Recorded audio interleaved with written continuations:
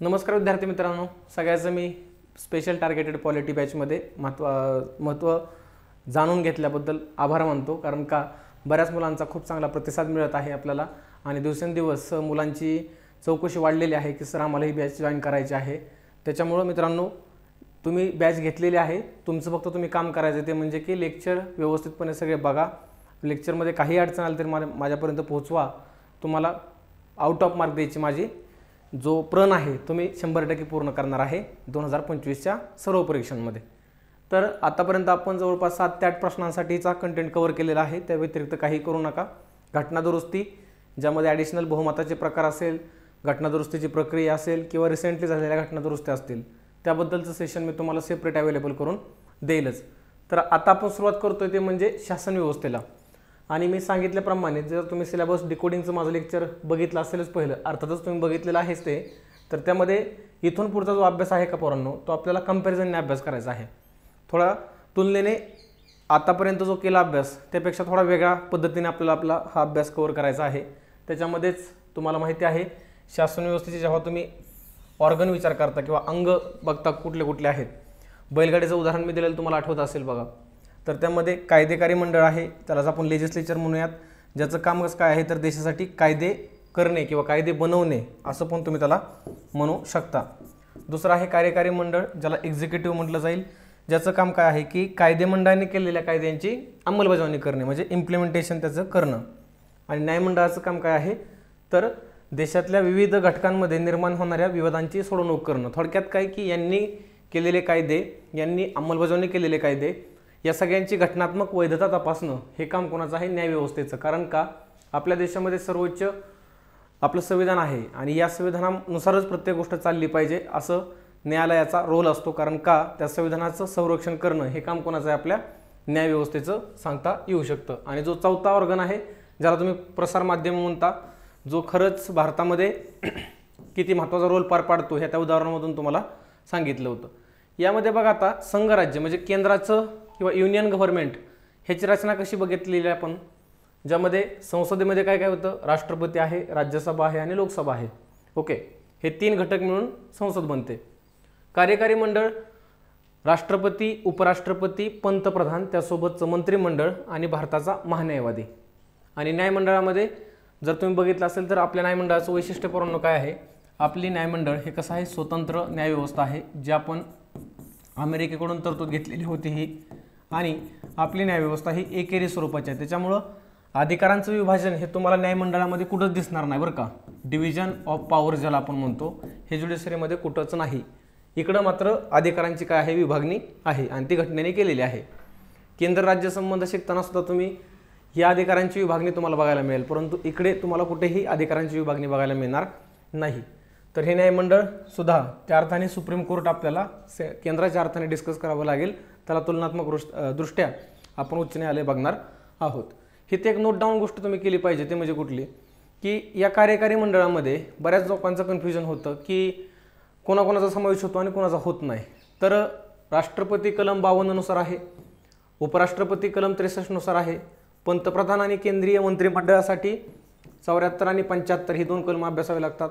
आणि महान्यायवादी जो देशातला सर्वोच्च कायदा प्राधिकारी आहे तो कलम 76 मध्ये आहे।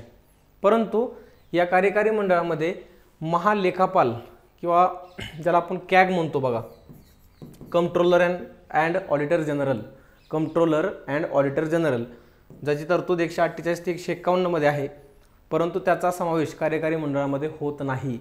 इझी क्वेश्चन बनतो इथं, परंतु गडबडमध्ये तुमची चुकू शकतो, म्हणून मी ते मुद्दामहून नोट्समध्ये तसं मेन्शन केलेलं आहे। तर आता पुढं हेच जर तुम्ही राज्याच्या लेवलला बघितलं, ओके, घटक राज्याच्या लेवलला बघितलं, तर यात तुम्हाला काय सांगता येईल बघा। जसं की राज्यामध्ये कायदेकारी मंडळ आहे, सेम तिकडे संसद होतं तिकडे। मग आता कंपॅरिझन कसं करायचं आहे, तिकडे राष्ट्रपती होता तर इथे काय असेल, राज्यपाल असेल, तिकडे राज्यसभा होती, इथं विधान परिषद, आणि तिकडे लोकसभा तर इथे विधानसभा असणार आहे। सेम कार्यकारी मंडळामध्ये पण तुलनात्मकच आहे। राज्यपाल तिकडे काय होता, राष्ट्रपती, मुख्यमंत्री तिकडे पंतप्रधान, मंत्रिमंडळ केंद्रीय तिकडे होतं, इथं काय आहे, राज्य मंत्रिमंडळ। आणि जर तिकडे महान्यायवादी असेल तर इथं काय असेल, महाधिवक्ता असणार आहे। तेच तुम्ही न्यायमंडळामध्ये बघितलं तर उच्च न्यायालय आणि कनिष्ठ न्यायालय हे राज्य लेवलला बघायला तुम्हाला मिळतात. मी आर्टिकलचं सुद्धा डिटेल ॲनालिसिस करून तुम्हाला डेकोडिंगमध्येच दिलेलं होतं, त्याच्यामुळे मला वाटतं की तर डबल देण्याची आवश्यकता नसेल. ते लेक्चर मग तुम्ही परत बघा एकदा, आर्टिकलचं मी कशी अरेंजमेंट करून दिलेली आहे. राज्यपाल एक असेल असं कलम 153 मध्ये सांगितलेलं आहे. मुख्यमंत्री आणि मंत्रिमंडळासाठी 163 आणि 164 ही 2 कलमं बघावी लागतात आणि महाधिवक्त्याचं कलम 165 आहे. तर अशा पद्धतीने तुम्ही हे विभाजन केलेलं बघायला तुम्हाला मिळेल. कलमांची तरतूद बघा कशी आहे. जो भाग 4A पर्यंत आपला डिस्कस झाला आहे बघा, भाग पहिला संघ राज्य व त्याचे राज्यक्षेत्र, भाग दुसरा नागरिकत्व, भाग तिसरा मूलभूत हक्क, भाग चौथा राज्य धोरणाचे मार्गदर्शक तत्वे, भाग 4A मूलभूत कर्तव्य, भाग 5 केंद्र शासन आहे. म्हणजे इथून पुढे जेव्हा जेव्हा भाग 5 येईल तेव्हा ते केंद्र शासन असेल, जो कलम 52 पासून 151 पर्यंत असेल. त्यानंतर भाग 6 सुरू होतो 152 पासून ते 237 पर्यंत, जो राज्य शासनाचा भाग असेल 6 नंबरचा, आणि जो केंद्रशासित प्रदेशांचा भाग असेल तो भाग 8वा असेल. कारण का 7वा भाग तुम्हाला माहित असेल, मी सांगितलं होतं 7वा भाग जो होता तो 7व्या घटना दुरुस्तीने 1956ला काय केलेला आहे, रिमूव्ह केलेला आहे. त्याच्यामुळे डायरेक्ट भाग किती असेल इथं, हा 8वा भाग केंद्रशासित प्रदेशांचा असणार आहे. तर आता याच्यामध्येच अजून जर तुम्ही प्रकरणाच्या अर्थाने ॲनालिसिस केलं, बऱ्याच लोकांचं म्हणणं आहे की मास्तर तुम्ही खूप डिटेल घेताय. मित्रांनो, डिटेल घेण्याची गरज काय माहिती आहे का, मला असं वाटतं की सध्या खूप स्पर्धा वाढलेली आहे आणि त्याच्यामध्ये उगं तुम्हाला काहीतरी देऊन तुम्हाला उगाच समाधान करून मला नाही वाटत की त्या गोष्टी मी पचवू शकेल. त्याच्यामुळे मला जेवढं वाटतं की परफेक्शन तुमच्या अभ्यासामध्ये आलं पाहिजे तेवढं मी तुम्हाला कंटेंट देण्याचा प्रयत्न करतोय. तर यात आता ॲनालिसिस आपल्याला किंवा डीपमध्ये क्वेश्चन आला तर कसा येईल बघा. भाग 5 जो आहे हा 52 ते 151 मध्ये आहे. त्यात बघा भाग 5 मध्ये प्रकरण पहिलं जे आहे ते कार्यकारी मंडळाचं आहे, दुसरं प्रकरण हे संसदेचं आहे. मग 52 ते 78 हे कलम पहिल्या प्रकरणामध्ये आहेत भाग 5 मध्ये. कलम 79 ते 122 ही प्रकरण 2 मध्ये आहेत भाग 5 मध्ये. आणि प्रकरण तिसरं आहे जे सेपरेट राष्ट्रपतींच्या कायदेविषयक अधिकाराविषयी सांगतं, जिथं तुम्हाला कायदेविषयक अधिकारामध्ये सांगता येतं की राष्ट्रपतींचा हा कोणता अधिकार आहे, अध्यादेश काढण्याचा अधिकार आहे किंवा राष्ट्रपतींचा ऑर्डिनन्स, त्यालाच आपण मराठीमध्ये अजून काय म्हणतो, वट हुकूम असा सुद्धा शब्द यूज करू शकतो. तर तो अधिकार 123 मध्ये दिलेला आहे. प्रकरण 4 जे आहे ते 124 ते 47 न्यायव्यवस्थेचं आहे आणि प्रकरण 5 आहे ते म्हणजे कॅगबद्दलचं प्रकरण आहे. म्हणजे तुम्हाला कळलं का आता 5 कलम 52 ते 151 पर्यंत आहेच, पण त्यात 5 प्रकरण आहेत. त्यातलं पहिलं प्रकरण कार्यकारी, दुसरं संसद, तिसरं राष्ट्रपतींचा अध्यादेश काढण्याचा अधिकार, चौथा सुप्रीम कोर्ट आणि 5वं कॅगबद्दल सांगितलेलं आहे. हेच तुम्ही राज्याच्या बाबतीमध्ये बघितलं तर कलम 152 पासून, ओके, कलम 152 पासून इथं 151 झाले, नोट्समध्ये ते 152 करा. 152 पासून ते 237 पर्यंत जे तरतुदी आहेत ते भाग 6. मग ह्या कुठल्या असतील, सगळ्या राज्याच्या असतील. या 5 महिन्यानंतर कुठल्या असतील, केंद्राच्या असतील. त्यात प्रकरणं किती आहेत बघा, 6 प्रकरणं आहेत. भाग 5 मध्ये 5 प्रकरणं, 6 मध्ये 6 प्रकरणं. इथं 6 पहिलं एक जे आहे ते सर्वसाधारण आहे बघा, पहिलं प्रकरण. दुसरं कार्यकारी मंडळ जे तिकडं पहिलं होतं. तिसरं राज्य विधिमंडळ जे तिकडे दुसरं होतं. आणि तिकडं जे तिसरं होतं ते इकडे किती असेल, आता 4थं असेल. मग इकडं राष्ट्रपतींचा अध्यादेश काढण्याचा अधिकार होता, तर इथं राज्यपालांचा कलम 213 नुसार वटहुकूम किंवा ऑर्डिनन्स अध्यादेश काढण्याचा अधिकार असेल. त्यानंतर तिकडे प्रकरण 4 हे सुप्रीम कोर्टाबद्दल होतं, इकडे 5 हे उच्च न्यायालयाबद्दलचं असेल. तिकडे प्रकरण 5 हे कॅगचं होतं, तर इकडे 6 जे आहे हे लोअर कोर्टाबद्दलचं आहे, ज्याला आपण अधीनस्थ न्यायालय म्हणतो, कनिष्ठ न्यायालय असं म्हणतो. सो भाग 6 मध्ये 6वं प्रकरण हे अधीनस्थ न्यायालयांचं सांगता येईल. सो डोंट गडबड, डोंट कन्फ्यूज. मी म्हणतो की तुमच्याकडे प्लस पॉईंट हा आहे की तुम्ही जे आता लेक्चर बघताय त्याच्यामध्ये तुम्हाला स्पीड नावाचा एक ऑप्शन आहे. तर जिथं जिथं गरज आहे तिथं स्पीड कमी करा, जिथं गरज आहे वाढवण्याची स्पीड तिथं तुम्ही स्पीड वाढवू शकता. ठीक आहे. सो माझा बोलण्याचा जो टेम्पो आहे तो कायम हाच आहे, कारण की त्याच्यावरती तुम्ही खूप साऱ्या बदल करू शकता स्पीडच्या माध्यमातून. आला डिटेलमध्ये क्वेश्चन तर प्रकरणांवरती सुद्धा येऊ शकतो, तर तोही पॉईंट आपण याच्यामध्ये काय केलेला आहे, कव्हर केलेला आहे. आता ह्यातलं प्रकरण पहिलं आपण बघतोय भाग 5 मधलं, आणि भाग 6 मधलं प्रकरण दुसरं असेल, कारण की पहिलं काय होतं, सर्वसाधारण होतं, ज्यामध्ये कलम 152चा उल्लेख होतो. इथं कलम 52 ते 78 जे असेल प्रकरण 1 मध्ये 5व्या भागातल्या, तर ते कार्यकारी मंडळाचं असेल, आणि इकडे प्रकरण 2 मध्ये 153 ते 167 कार्यकारी मंडळाचं असेल. मग आता तुम्हाला अभ्यास करताना एवढा परफेक्ट अभ्यास करायचा आहे की केंद्रीय कार्यकारी मंडळ म्हणलं की कोण कोण येतं, राज्य कार्यकारी मंडळ कोण कोण येतं, लगेच क्लिक सगळं झालं पाहिजे, एवढी तुमची कमांड आली पाहिजे. त्यासाठी तुम्ही व्यवस्थितपणे लेक्चर बघा मित्रांनो, खूप मनापासून तळमळ करून तुम्हाला ह्या गोष्टी मी सांगतोय. यात पहिलाच टॉपिक आहे राष्ट्रपती, त्याला तुलनात्मक आपल्याला राज्यपाल बघायचा आहे. तुम्ही काय करता माहिती आहे का, अभ्यास करताना हा टॉपिक सेपरेट वाचता, मध्ये मग 4-5 टॉपिक वाचता, आणि त्यानंतर मग राज्यपाल वाचता. मग हे वाचल्यानंतर ज्यावेळेस ह्यामध्ये वाचता त्यावेळेस बऱ्याच गोष्टी तुम्हाला असं वाटतं की सर इकडं वाचले तेच इकडं आहे. मग तुमचं कन्फ्युजन कशामध्ये होतं की नक्की अपवाद काय आहे, वेगळं पण काय आहे, आणि जिथं वेगळं पण आहे तिथं आयोग तुम्हाला प्रश्न विचारतं. म्हणून तुम्हाला मी थोडं कंपॅरिझन इथून पुढे काय करेल, शिकवेल. आता मी बऱ्यापैकी निर्णय असा घेतला होता की हे विदाऊट पीपीटीच तुम्हाला सगळं हँड रिटनच मला शिकवायचं आहे, परंतु मित्रांनो वेळ खूप जास्त जातो त्याच्यामध्ये, आणि कंटेंट यामध्ये जास्त आहे. त्याच्यामुळे आपण जिथं आवश्यकता आहे तिथं मी लिहिण्याचा प्रयत्न करेलच, जिथं गरज आहे टेक्निकची तिथं तुम्हाला टेक्निक नक्की सांगेलच. तर राष्ट्रपती हे नाव तुमच्या समोर ज्यावेळेस येतं किंवा हे पद तुमच्या समोर ज्यावेळेस येतं त्यावेळेस तुम्हाला काय काय आठवलं पाहिजे की राष्ट्रपती हा देशाचा काय आहे, हेड ऑफ द स्टेट आहे, राज्यप्रमुख आहे. ओके, नॉमिनल हेड त्यालाच म्हणलं जातं, नामधारी प्रमुख आहे, आणि ज्याला डीजीवर एक्झिक्युटिव्ह असं म्हणलं जातं, जो नामधारी कार्यकारी प्राधिकारी आहे. संसदीय शासन व्यवस्थेमध्ये हेच आपण पाहिलं होतं ना. संसदीय शासन व्यवस्थेचे 2 प्रमुख असतात, एक हेड ऑफ स्टेट असतो आणि दुसरा हेड ऑफ गव्हर्नमेंट असेल. हेड ऑफ स्टेट आता बघतो तो म्हणजे कोण, राष्ट्रपती. हेड ऑफ गव्हर्नमेंट कोण असेल मग, पंतप्रधान. हाच तर भारतामधला आणि ब्रिटनमधला फरक आहे की ब्रिटनमधला जो राष्ट्रप्रमुख असेल तर तिथं निवडणूक होत नाही, त्यासाठी भारतासाठी निवडणूक होते. जेव्हा राज्यपाल हा टॉपिक तुम्ही शिकता तर तेव्हा तुम्हाला head of the state, state म्हणजे कुठलं, हे घटक राज्याच्या अर्थाने बरं का. घटक राज्याचा हेड कोण असेल तर राज्यपाल असेल. नॉमिनल हेड कोण असेल, नामधारी प्रमुख ज्याला आपण राज्यपालच म्हणूयात, आणि डीजीवर जो असेल, ओके, डीजीवर एक्झिक्युटिव्ह तो असेल राज्यपालच असेल. परंतु डी फॅक्टो ही एक कन्सेप्ट आहे बघा, डी फॅक्टो. तर डी फॅक्टो कोण असेल इथे, प्राईम मिनिस्टर असेल, आणि इथं डी फॅक्टो कोण असेल सांगा तुम्हीच आता, कंपॅरिझन CM असेल, चीफ मिनिस्टर असणार आहे. तर हे झालं फक्त इंट्रोडक्शन.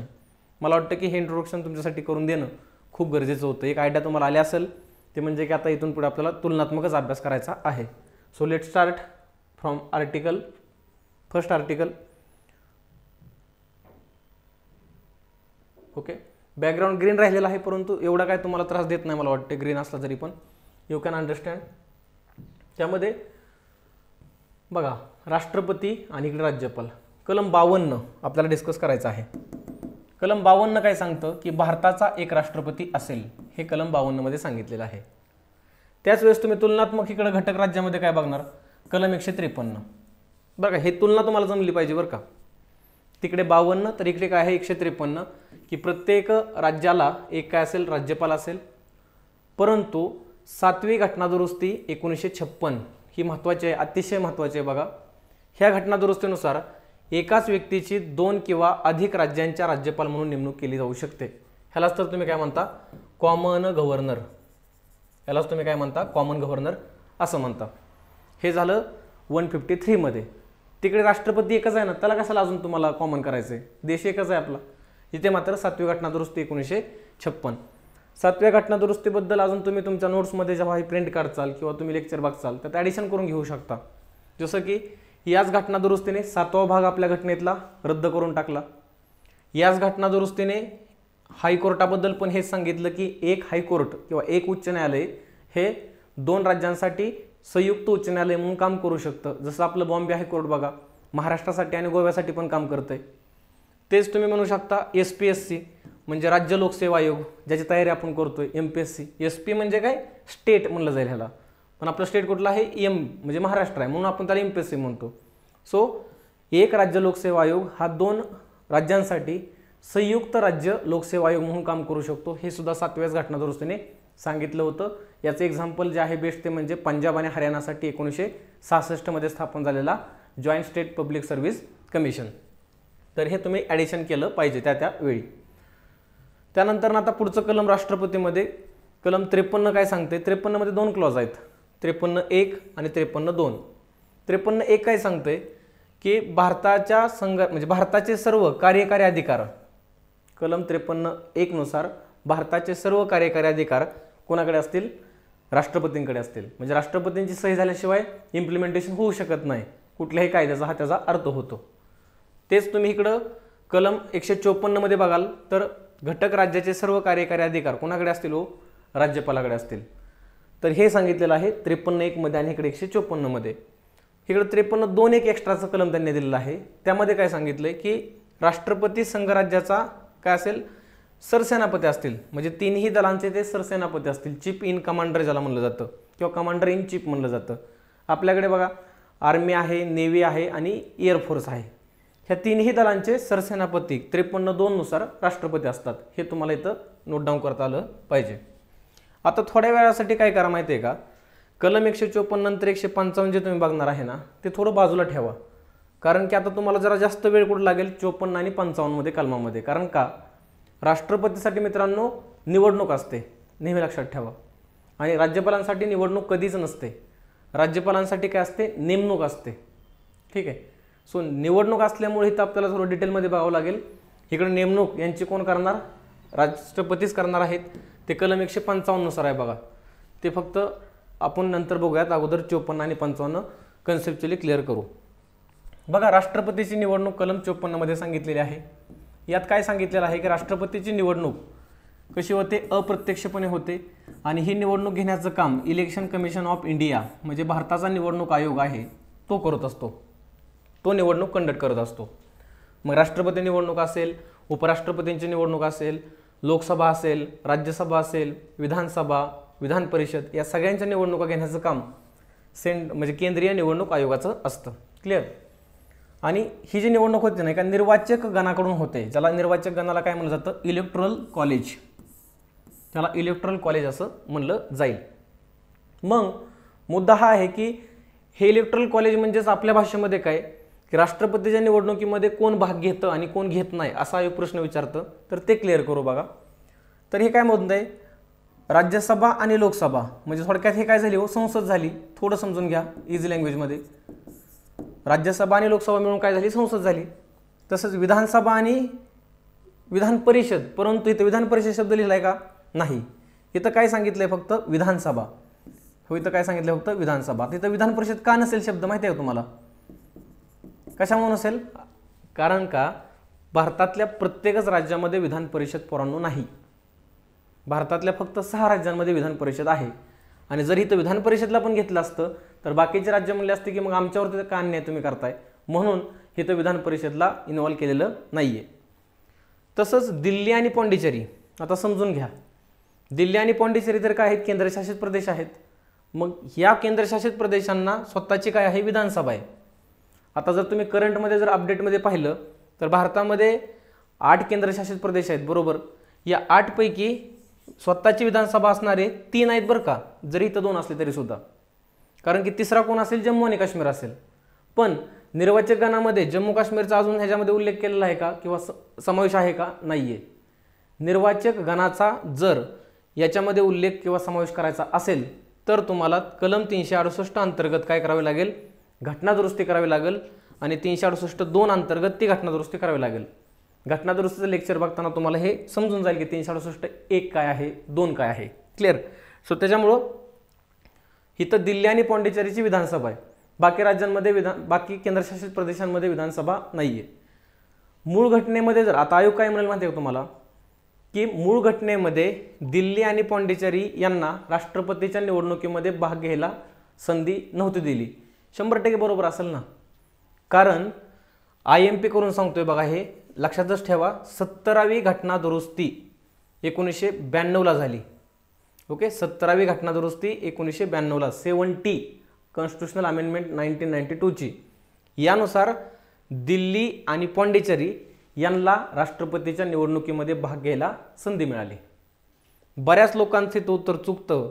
बरेच लोक म्हणतात की 69वी घटना दुरुस्ती. मी जेव्हा जेव्हा हा प्रश्न टाकला ग्रुपवरती तेव्हा मुलं चुकलेले आहेत मित्रांनो. 69व्या घटना दुरुस्तीने नॅशनल कॅपिटल रिजन म्हणजे दिल्लीला राष्ट्रीय राजधानीचा क्षेत्राचा दर्जा मिळाला आहे.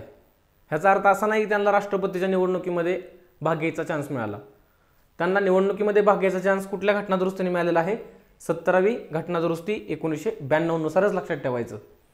थोडक्यात आपण असं म्हणू शकतो आता बघा दुसऱ्या भाषेमध्ये हे दोन मिळून काय बनले? संसद.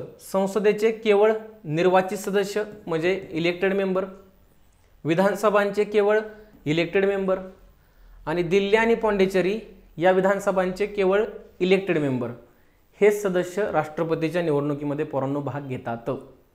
आलं डोक्यात सगळ्यांच्या? आय होप अंडरस्टँड तुम्हाला झाला असेल. आता दुसऱ्या भाषेत आयोगाचा प्रश्न काय येतो ते तुम्हाला लगेच उत्तर मिळालं पाहिजे. राष्ट्रपतीच्या निवडणुकीमध्ये कोण भाग घेत नाही?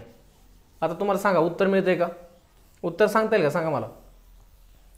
हे झाले भाग घेणारे. भाग न घेणारे कोण असतील? थोडक्यात जे हे असतील हे सोडून बाकीचे असतील. मग कसं असेल आता सांगा मला. सपोज संसदेचे राहिले कोण आता? नामनिर्देशित. क्लिअर. विधानसभाचे काय राहिले? नामनिर्देशित.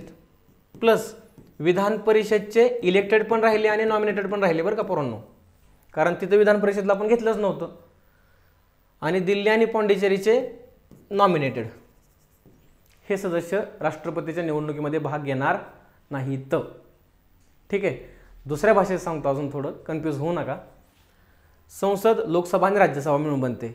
तर राज्यसभेचे नामनिर्देशित सदस्य, लोकसभेचे नामनिर्देशित सदस्य, विधानसभेचे नामनिर्देशित सदस्य तसेच विधान परिषदचे निर्वाचित आणि नामनिर्देशित हे दोन्हीही सदस्य तसेच दिल्ली आणि पॉंडिचेरी या विधानसभांचे नामनिर्देशित सदस्य राष्ट्रपतीच्या निवडणुकीमध्ये भाग घेणार नाहीत. ओके. जिथं नॉमिनेशन आहे तिथं इलेक्शनचा काही प्रश्न नसेल.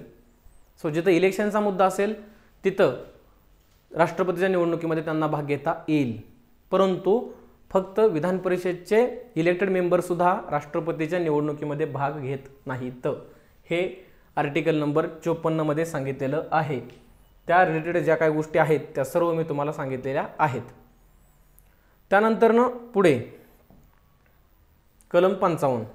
आता कलम 55 मध्ये राष्ट्रपतीच्या काय आहे निवडणुकीची पद्धत आहे पोरांनो, ती थोडी बघू आपण आणि त्यानंतर मग कलम 155 बघू आपण, कारण मध्ये नको मिक्स करा. आता 155 राष्ट्रपतीच्या निवडणुकीची पद्धत कुठून घेतली आपण? तर आयर्लंडकडून घेतलेली आहे. हे सर्वांना माहिती आहे घटनेचे स्रोत आपण कुठून काय घेतलं होतं. आयर्लंडकडून अजून काय घेतलं होतं आपण? राज्य धोरणाचे मार्गदर्शक तत्वे तसेच राज्यसभा सदस्यांचं नाम निर्देशन हे सुद्धा आपण आयर्लंडकडूनच घेतलेलं आहे. अप्रत्यक्षपणे होते निवडणूक, गुप्त मतदान पद्धतीद्वारे निवडणूक होते हे लक्षात ठेवा. खुली मतदान पद्धत नसते, गुप्त मतदान पद्धत असते. आणि मी सुरुवातीलाच बोललो होतो तुम्हाला की इलेक्शनचे दोन पद्धत असतात बघा. एक म्हणजे डायरेक्ट आणि दुसरी म्हणजे इनडायरेक्ट. डायरेक्ट इलेक्शन मेथड कधी म्हणायची? जेव्हा प्रौढ मतदान पद्धती हा शब्द येतो. ठीक आहे. अडल्ट फ्रँचाइज वोट सिस्टीम हा शब्द येतो. आणि इनडायरेक्ट सिस्टीम म्हणजे त्याला लांबलचक शब्द आहे बघा, single transferable vote system with proportional representation. हे लांबलचक शब्द झाला ना, त्यालाच मराठीमध्ये काय म्हणता तुम्ही? एकल संक्रमणीय मताद्वारे प्रमाणशीर प्रतिनिधित्व पद्धती. आता हे झालं राज्यसेवा किंवा कंबाईनच्या पूर्वपरीक्षेला ऑब्जेक्टिव्हची डिमांड आहे म्हणून मी ह्याच्याबद्दल जास्त डिटेलमध्ये सांगत नाही तुम्हाला, कारण की ह्या पद्धतीचे फायदे काय आहेत, या पद्धतीचे तोटे काय आहेत हे तुम्हाला मुख्यला ज्यावेळेस तुम्ही GS पेपर लिहिचाल का त्यावेळेस तुम्हाला ते कामाला येईल. आणि त्यावेळेस आपण त्यावरती वर्कआउट करतोय. लवकरच तुम्हाला डिस्क्रिप्टिव्ह स्वरूपामध्ये सुद्धा आपण political science and international research याबद्दल काही गोष्टी सुरू करतोय. सो त्याच्याबद्दल तुम्ही काळजी करू नका. उलट डिस्क्रिप्टिव्हला जर उतरलोच आपण तर मग त्यावेळेस अजून आपलं वेगळी चर्चा मार्केटमध्ये तुम्हाला 100% दिसेल, कारण की ॲप्रोच जो असतो ना तो तुम्हाला बिल्डअप करता आला पाहिजे. तर इथं single transferable vote system with proportional representation he indirect पद्धत आहे. मग आता इथं होतं काय माहिती आहे का? ही निवडणूक घ्यायचं काम मी आताच सांगितलं तुम्हाला की इलेक्शन कमिशन ऑफ इंडिया यांचं काम आहे, हे तर तुम्हाला माहीत झालं. मग ही निवडणूक पद्धत कंडक्ट करत असताना तुम्हाला एक तर माहिती आहे की विधानसभेचे निर्वाचित सदस्य म्हणजेच आमदार म्हणतो त्यांना आपण, ते निवडणुकीमध्ये भाग घेतील, किंवा संसदेचे निर्वाचित सदस्य म्हणजे खासदार म्हणतो आपण, ते पण निवडणुकीमध्ये भाग घेतील. मग त्यांच्या मतांचं मूल्य आता काढावं लागतं. ओके, त्यांच्या वोटिंगची व्हॅल्यू काढावं लागते. तर विधानसभेच्या निर्वाचित सदस्याच्या मताचे मूल्य, थोडक्यात आपल्या भाषेमध्ये काय, एका MLA म्हणजे मेंबर ऑफ लेजिस्लेटिव्ह असेंब्ली, ज्याला आपण आमदार म्हणतो, त्याच्या मताचं मूल्य तुम्हाला इथं काढावं लागेल. त्यासाठी एक फॉर्म्युला आहे बघा, जो पेपरला विचारला जाऊ शकतो. राज्याची एकूण लोकसंख्या, प्रत्येक राज्याची लोकसंख्या कसं असेल, वेगवेगळी असेल.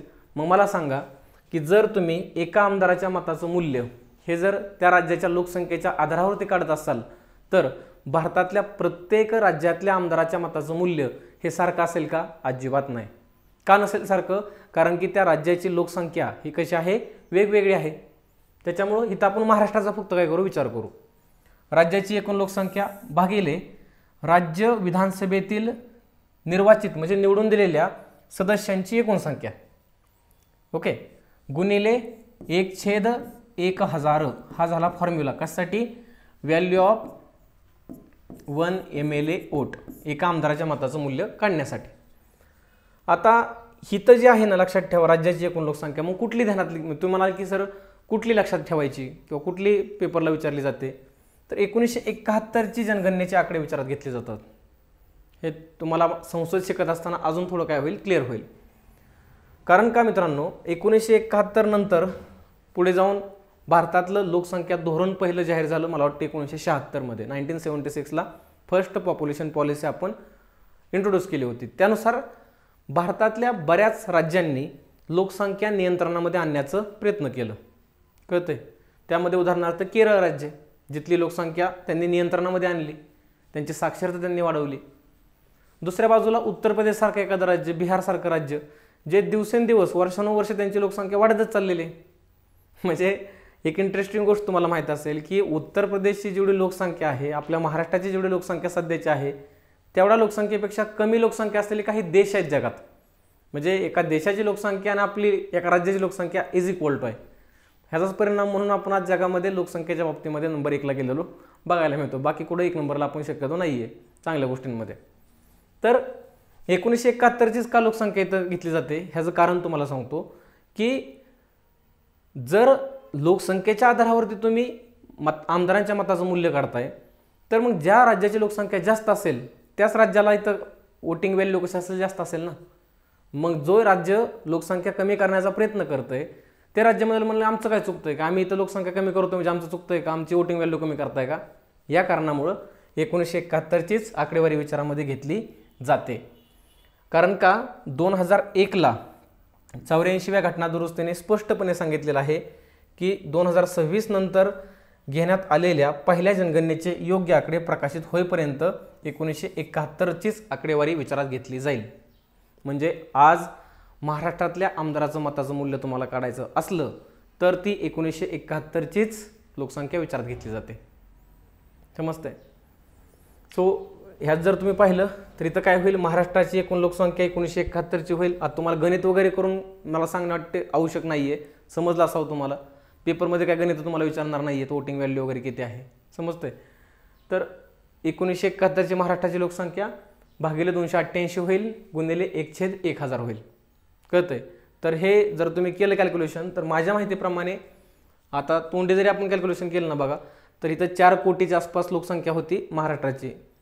288 गुणिले 1/1000 जर बघितलं, नियर अबाउट तुमचं 208 नाही, सॉरी 208 नाही येणार, हे 200पेक्षा कमीच येईल. 175 एवढं कॅल्क्युलेशन यायला पाहिजे. 175 एका आमदाराच्या मताचं मूल्य मिळालं महाराष्ट्राच्या. आता इथंच मला तुम्ही सांगा, जर महाराष्ट्राच्या एका आमदाराच्या मताचं मूल्य 175 निघत असेल तर उत्तर प्रदेशचं जास्त असेल का कमी असेल? अर्थातच ते जास्त असणार आहे. उत्तर प्रदेशचं मग 208च्या आसपास निघतंय बघा एका आमदाराच्या मताचं मूल्य. अगदी मग जर तुम्ही बघितलं तर सिक्कीम ही जी राज्य आहेत, सिक्कीम, गोवा वगैरे राज्य बघितली तर अगदी 6-7 असं त्यांचं वोटिंग व्हॅल्यू मिळते.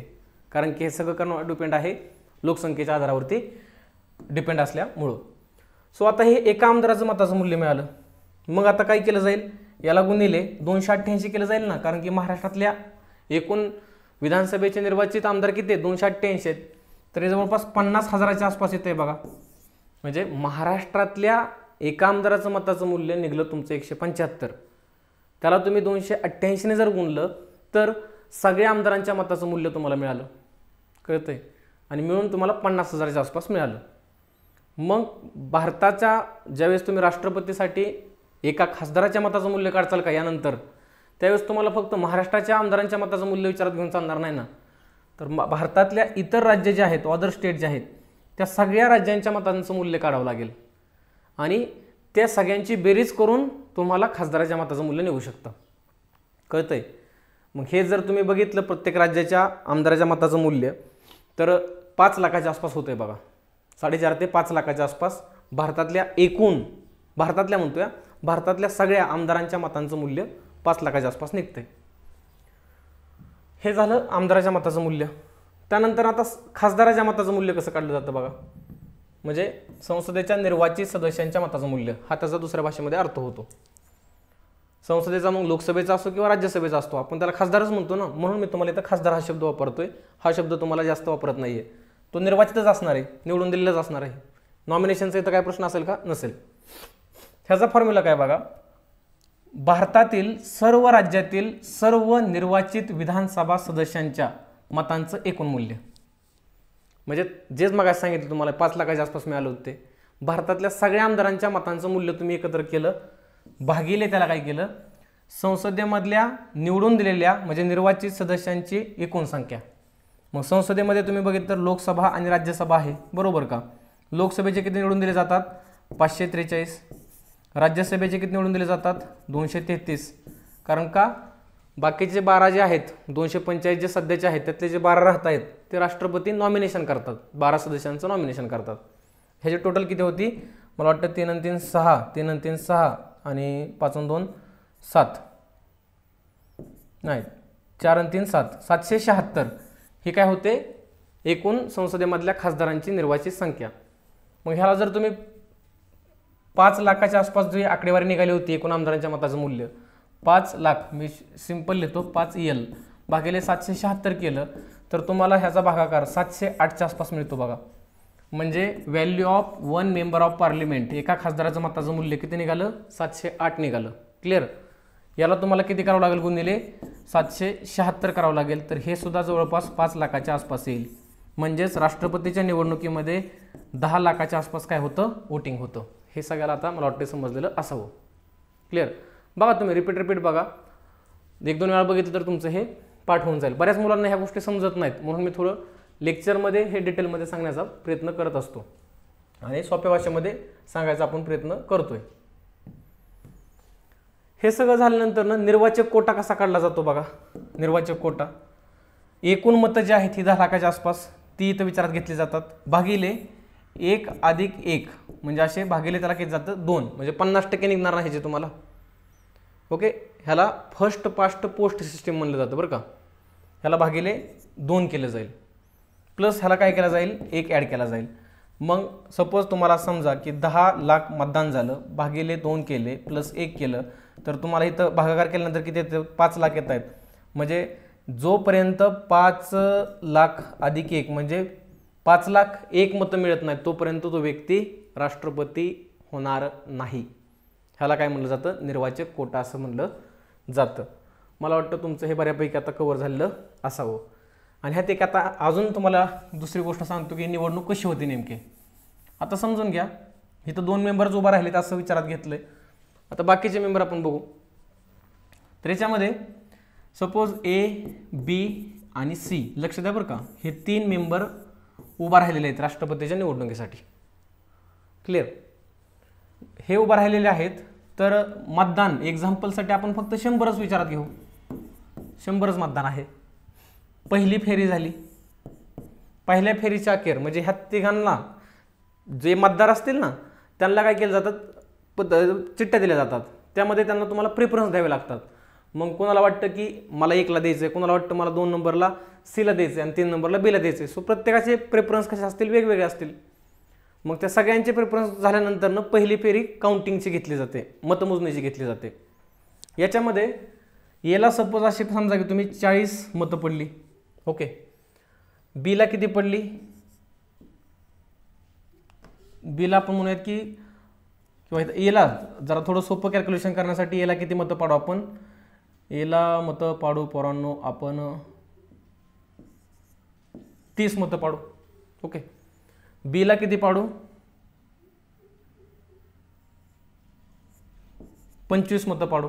म्हणजे किती झाले हे 55 झाले. आणि सीला किती पडले, रिमेनिंग राहिलेले किती 45. म्हणजे 50 55 5 60 60 आणि 4 10 म्हणजे 100 मतांचं हे काय झालं, हे टोटल कॅल्क्युलेशन झालं. आता इथं लक्षात ठेवा, हिथं कोणी 50% जास्त कोटा पूर्ण केलाय का, नाही केला. ओके. मग अशा वेळेस काय केलं जाईल माहिती आहे का, दुसरी फेरी घेतली जाईल. दुसरी फेरी घेतली जाईल. दुसऱ्या फेरीमध्ये काय होतं माहिती आहे का, ज्या उमेदवाराला सगळ्यात कमी मतं पडलेले आहेत त्याला बाद केलं जातं. मग ह्यात बाद कोण होणार आहे, बी हा बाद होणार आहे. म्हणजे इथं 30 राहतील, इथं 45 राहतीलच. परंतु जरी बी बाद झाला असला, ओके, जरी बी बाद झाला असला तरी सुद्धा मित्रांनो, ओके, तरी सुद्धा बीला मिळालेली मतं बाद होणार आहेत का, नाहीत होणार. कारण की 25 लोक असे आहेत की ज्यांनी पहिला नंबर दिला होता बीला, मग त्यापैकी काही लोकांनी दुसरा नंबर एला किंवा सीला दिलाच असेल ना. मग याच्यापैकी 10 मतं कोणाकडे आली, सीला मिळाली. मतांचं काय झालं, हे ट्रान्सफरेशन झालं, ट्रान्सफर झाली.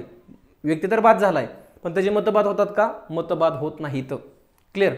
राहिली किती खाली 15, ही 15 ह्याला मिळाली, मग ही इथं झाली 15. टोटल दुसऱ्या फेरीच्या अखेर ह्याला किती मतं मिळाली, 40, ह्याला किती मिळाली 60. मग ह्यामध्ये राष्ट्रपती कोण झाला, हा कोटा पूर्ण झाला, राष्ट्रपती झाला सी. म्हणजेच एक गोष्ट तुम्हाला इथं समजली पाहिजे मित्रांनो, ती म्हणजे की राष्ट्रपतीच्या निवडणुकीमध्ये जोपर्यंत कोटा पूर्ण होत नाही तोपर्यंत फेऱ्या घेतल्या जातात. अशा किती फेऱ्या घेतल्या जातात, कितीही फेऱ्या घेतल्या जातात. आताचे राष्ट्रपती कोण आहेत, द्रौपदी मुर्मू, बरोबर. आतापर्यंत म्हणजे अगदी राजेंद्र प्रसाद पहिले राष्ट्रपती होते, तिथपासून आतापर्यंत असे केवळ एकमेव असे एक राष्ट्रपती आहेत की ज्यांच्या वेळेस दुसऱ्या फेरीची गरज पडली होती. नाहीतर पहिल्याच फेरीमध्ये डिसाईड होतं की कोण राष्ट्रपती आहे आणि कोण नाही.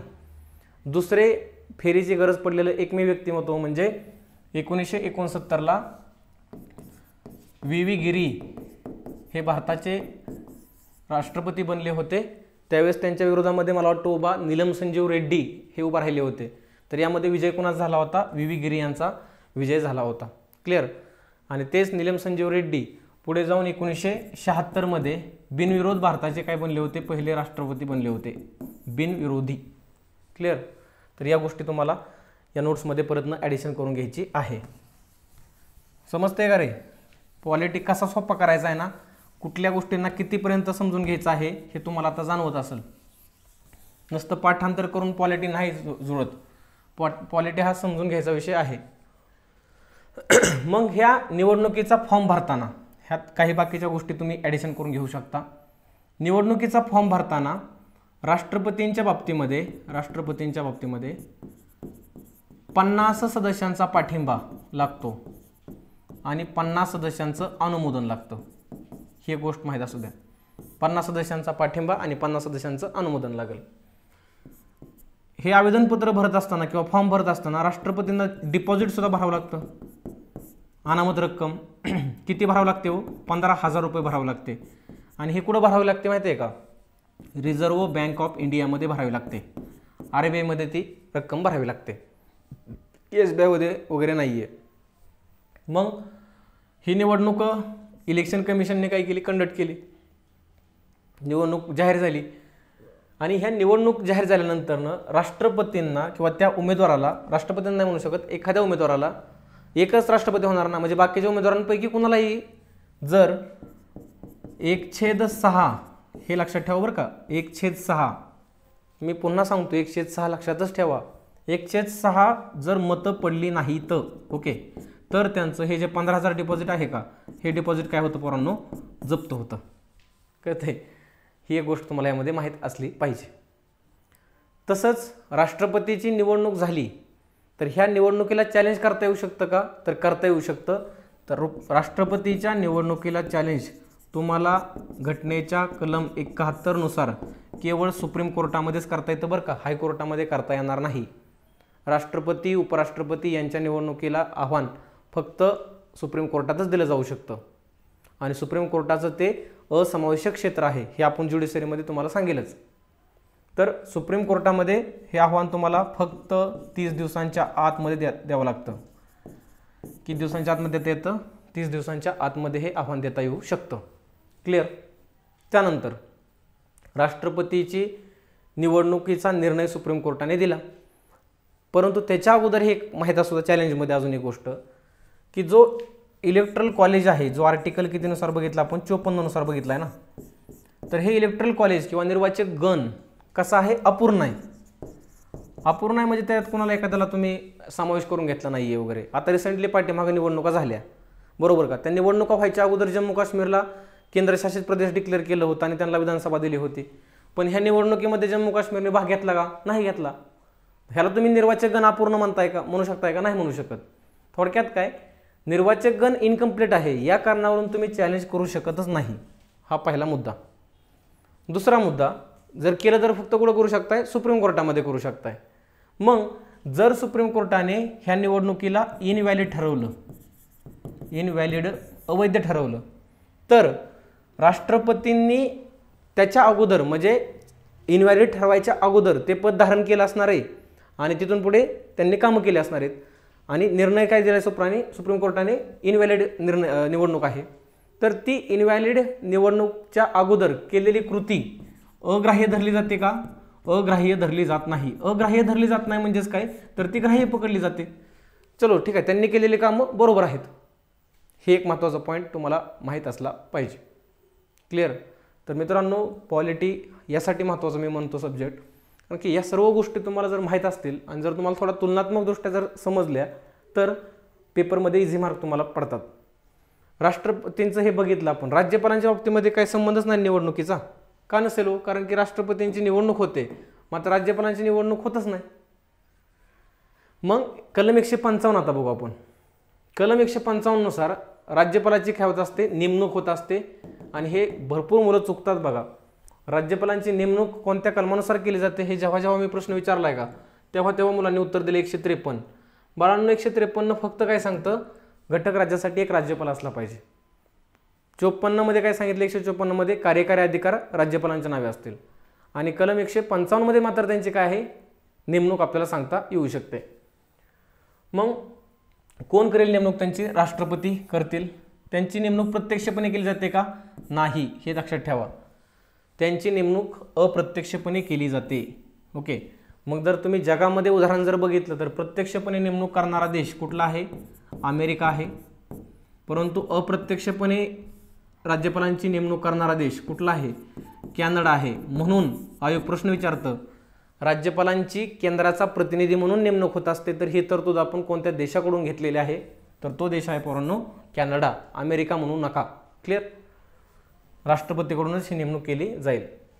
केंद्र सरकारचे प्रतिनिधी म्हणून ते काम करत असतात. ही पद्धत आपण कॅनडाकडून फॉलो केलेली आहे. 1979ला सुप्रीम कोर्टाने काय सांगितलंय बघा, महत्त्वाचं आहे राज्यपालांच्या पदाबाबत, की राज्यपालांचं पद हे केंद्र शासनाच्या अधीनस्थ रोजगार नाही बरं का. ते एक स्वतंत्र काय घटनात्मक पद आहे ना. हे थोडीच केंद्र सरकारचे एम्प्लॉय म्हणून काम करतात. घटनेमध्ये 153 मध्ये सेपरेट त्यांची तरतूद केलेली आहे ना, असं सुप्रीम कोर्टाने 1979ला सांगितलेलं होतं. मग तेच तुम्ही अमेरिका बघितली तर प्रत्यक्षपणे निवडणूक घेतली जाते राज्यपालाची अमेरिकेमध्ये, मात्र कॅनडामध्ये राज्यपालांची नेमणूक केली जाते अप्रत्यक्षपणे, ज्याचा आपण काय केलेला आहे? स्वीकार केलेला आहे. तर हे राज्यपालाबद्दलचे आणि राष्ट्रपतींबद्दलचे मुद्दे तुम्हाला मला वाटतं की माहीत असले पाहिजेत. या व्यतिरिक्त एक्झाममध्ये क्वेश्चन तुम्हाला येणार नाही. अजून थोडं ॲडिशनल सांगतो. संविधान सभेमध्ये राज्यपालाच्या निवडणुकीबद्दल सुद्धा चर्चा झाली होती. घटनेचे आपले फाउंडिंग फादर्स काय म्हणत होते तर राज्यपालांची सुद्धा निवडणूक झाली पाहिजे जशी राष्ट्रपतींची आपण घेतोय. पण मुद्दा हा होता की राष्ट्रपतींची एकच आहे देशामध्ये, परंतु राज्यपाल एक नाही ना, अनेक राज्यपाल आहेत. सो तिथं निवडणूक जर आली तर मग त्यांच्यामध्ये कॉन्फ्लिक्ट होऊ शकतो, वाद होऊ शकतो, जास्त खर्च होऊ शकतो. या गोष्टीमुळे मग राज्यपालांची निवडणूक नको असं ते बोलले. ते म्हणले की राज्यपालांची काय केली पाहिजे? नेमणूकच केली पाहिजे. आय होप तुम्हाला हे सर्व क्लिअर झालं असेल. ठीक आहे. कलम किती बघितलं आपण? 55. आणि इकडे कलम कोणतं बघितलं? 155. झालं असेल तर आता मी थोडं काय करतो, हा बॅकग्राऊंड चेंज करतो पोरांनो. आणि बॅकग्राऊंड चेंज करून ना पाण्याचा फक्त एक घोट घेतो, कारण की खूप मोठा हा काय असतो मित्रांनो, गोष्टी समजून सांगणे टास्क असतो. आणि तो पाठांतराचा तर मुद्दा नव्हता ना, म्हणून मला थोडं नॉनस्टॉप बोलावं लागलं.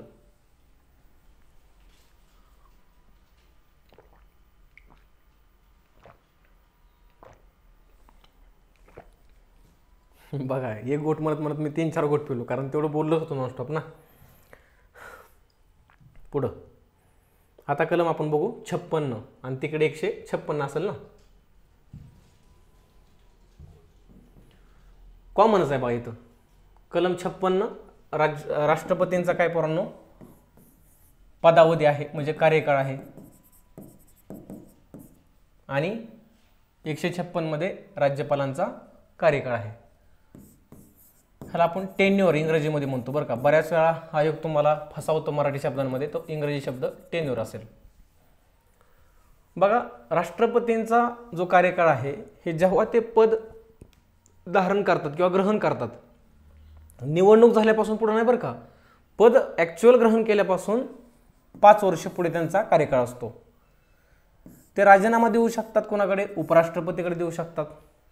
परंतु उपराष्ट्रपतींनी हा राजीनामा स्वीकारण्याच्या अगोदर लोकसभेच्या अध्यक्षाला कळवणं गरजेचं असतं. तुम्ही म्हणाल की सर मग इथं लोकसभेला अध्यक्षाला सांगण्याची गरज काय? कारण भारतामध्ये राष्ट्रपतींची जर पात्रता तुम्ही बघितली तर त्या पात्रतेमध्ये त्याचं वय 35 असलं पाहिजे, तो भारतीय असला पाहिजे, पण तो लोकसभेचा सदस्य म्हणून निवडून येण्यास पात्र असला पाहिजे, ही सुद्धा घटनाकारांनी पात्रता टाकलेली होती. म्हणून डायरेक्ट उपराष्ट्रपती म्हणतील का द्या मला राजीनामा? नाही, त्याच्या अगोदर त्यांनी लोकसभेच्या अध्यक्षाकडे कळवलं पाहिजे की राष्ट्रपती राजीनामा देत आहेत. तसेच 5 वर्ष पूर्ण व्हायच्या अगोदर त्यांना पदावरून दूर सुद्धा करता येऊ शकतं, जे कलम तुम्हाला 61 मध्ये सांगितलंय बघा. महाभियोग प्रक्रिया जी आपण अमेरिकेकडून घेतलेली आहे, इम्पिचमेंट प्रोसेस ज्याला म्हणलं जातं, ते आपल्याला बघायचे आहे पुढे जाऊन. तसेच राष्ट्रपती त्यांचा 5 वर्षांचा पदावधी जर संपला तर तो पदावधी संपल्यानंतर सुद्धा त्यांचा जो उत्तराधिकारी आहे, म्हणजे नंतरचा व्यक्ती तो पद धारण करणार आहे ना, तो व्यक्ती स्वतःचे पद ग्रहण करेपर्यंत पद धारण करणे चालू ठेवू शकतो. म्हणजे 5 वर्ष एवढं चांगलं काम केलंय तर नवीन व्यक्ती असतो तेवढाच एक्स्ट्रा काय करा, चार्ज तुम्ही सांभाळा, हा त्याचा अर्थ होतोय. पण कुठल्या कंडिशनमध्ये? फक्त हे जर त्यांनी कार्यकाळ 5 वर्षांचा पूर्ण केला असला तरच. पुढे जाऊन तुम्ही बघता की राष्ट्रपतींचं पद काय होणार आहे? मग रिक्त होणार आहे. मग राष्ट्रपतींचं पद रिक्त फक्त कार्यकाळ संपल्यामुळेच रिक्त होतं असं नाही ना. त्यांनी राजीनामा दिला, त्यांचा मृत्यू झाला, त्यांना पदावरून दूर केलं, त्यांची निवडणूक अवैध ठरवली, या सर्व कंडिशनमध्ये त्यांचं पद रिक्त होणार आहे. मग त्यावेळेस ते नाही पद धारण करू शकणार. पण त्यांचा 5 वर्षांचा सक्सेसफुली त्यांनी जर कार्यकाळ पूर्ण केला त्याच वेळेस ते पद धारण करू शकतील कंटिन्यू पुढे नवीन व्यक्ती येईपर्यंत. हेच तुम्ही राज्यपालांच्या बाबतीमध्ये बघितलं 156 मध्ये. तर बघा, त्यांना सुद्धा 5 वर्षच काय आहे कार्यकाळ दिलेला आहे.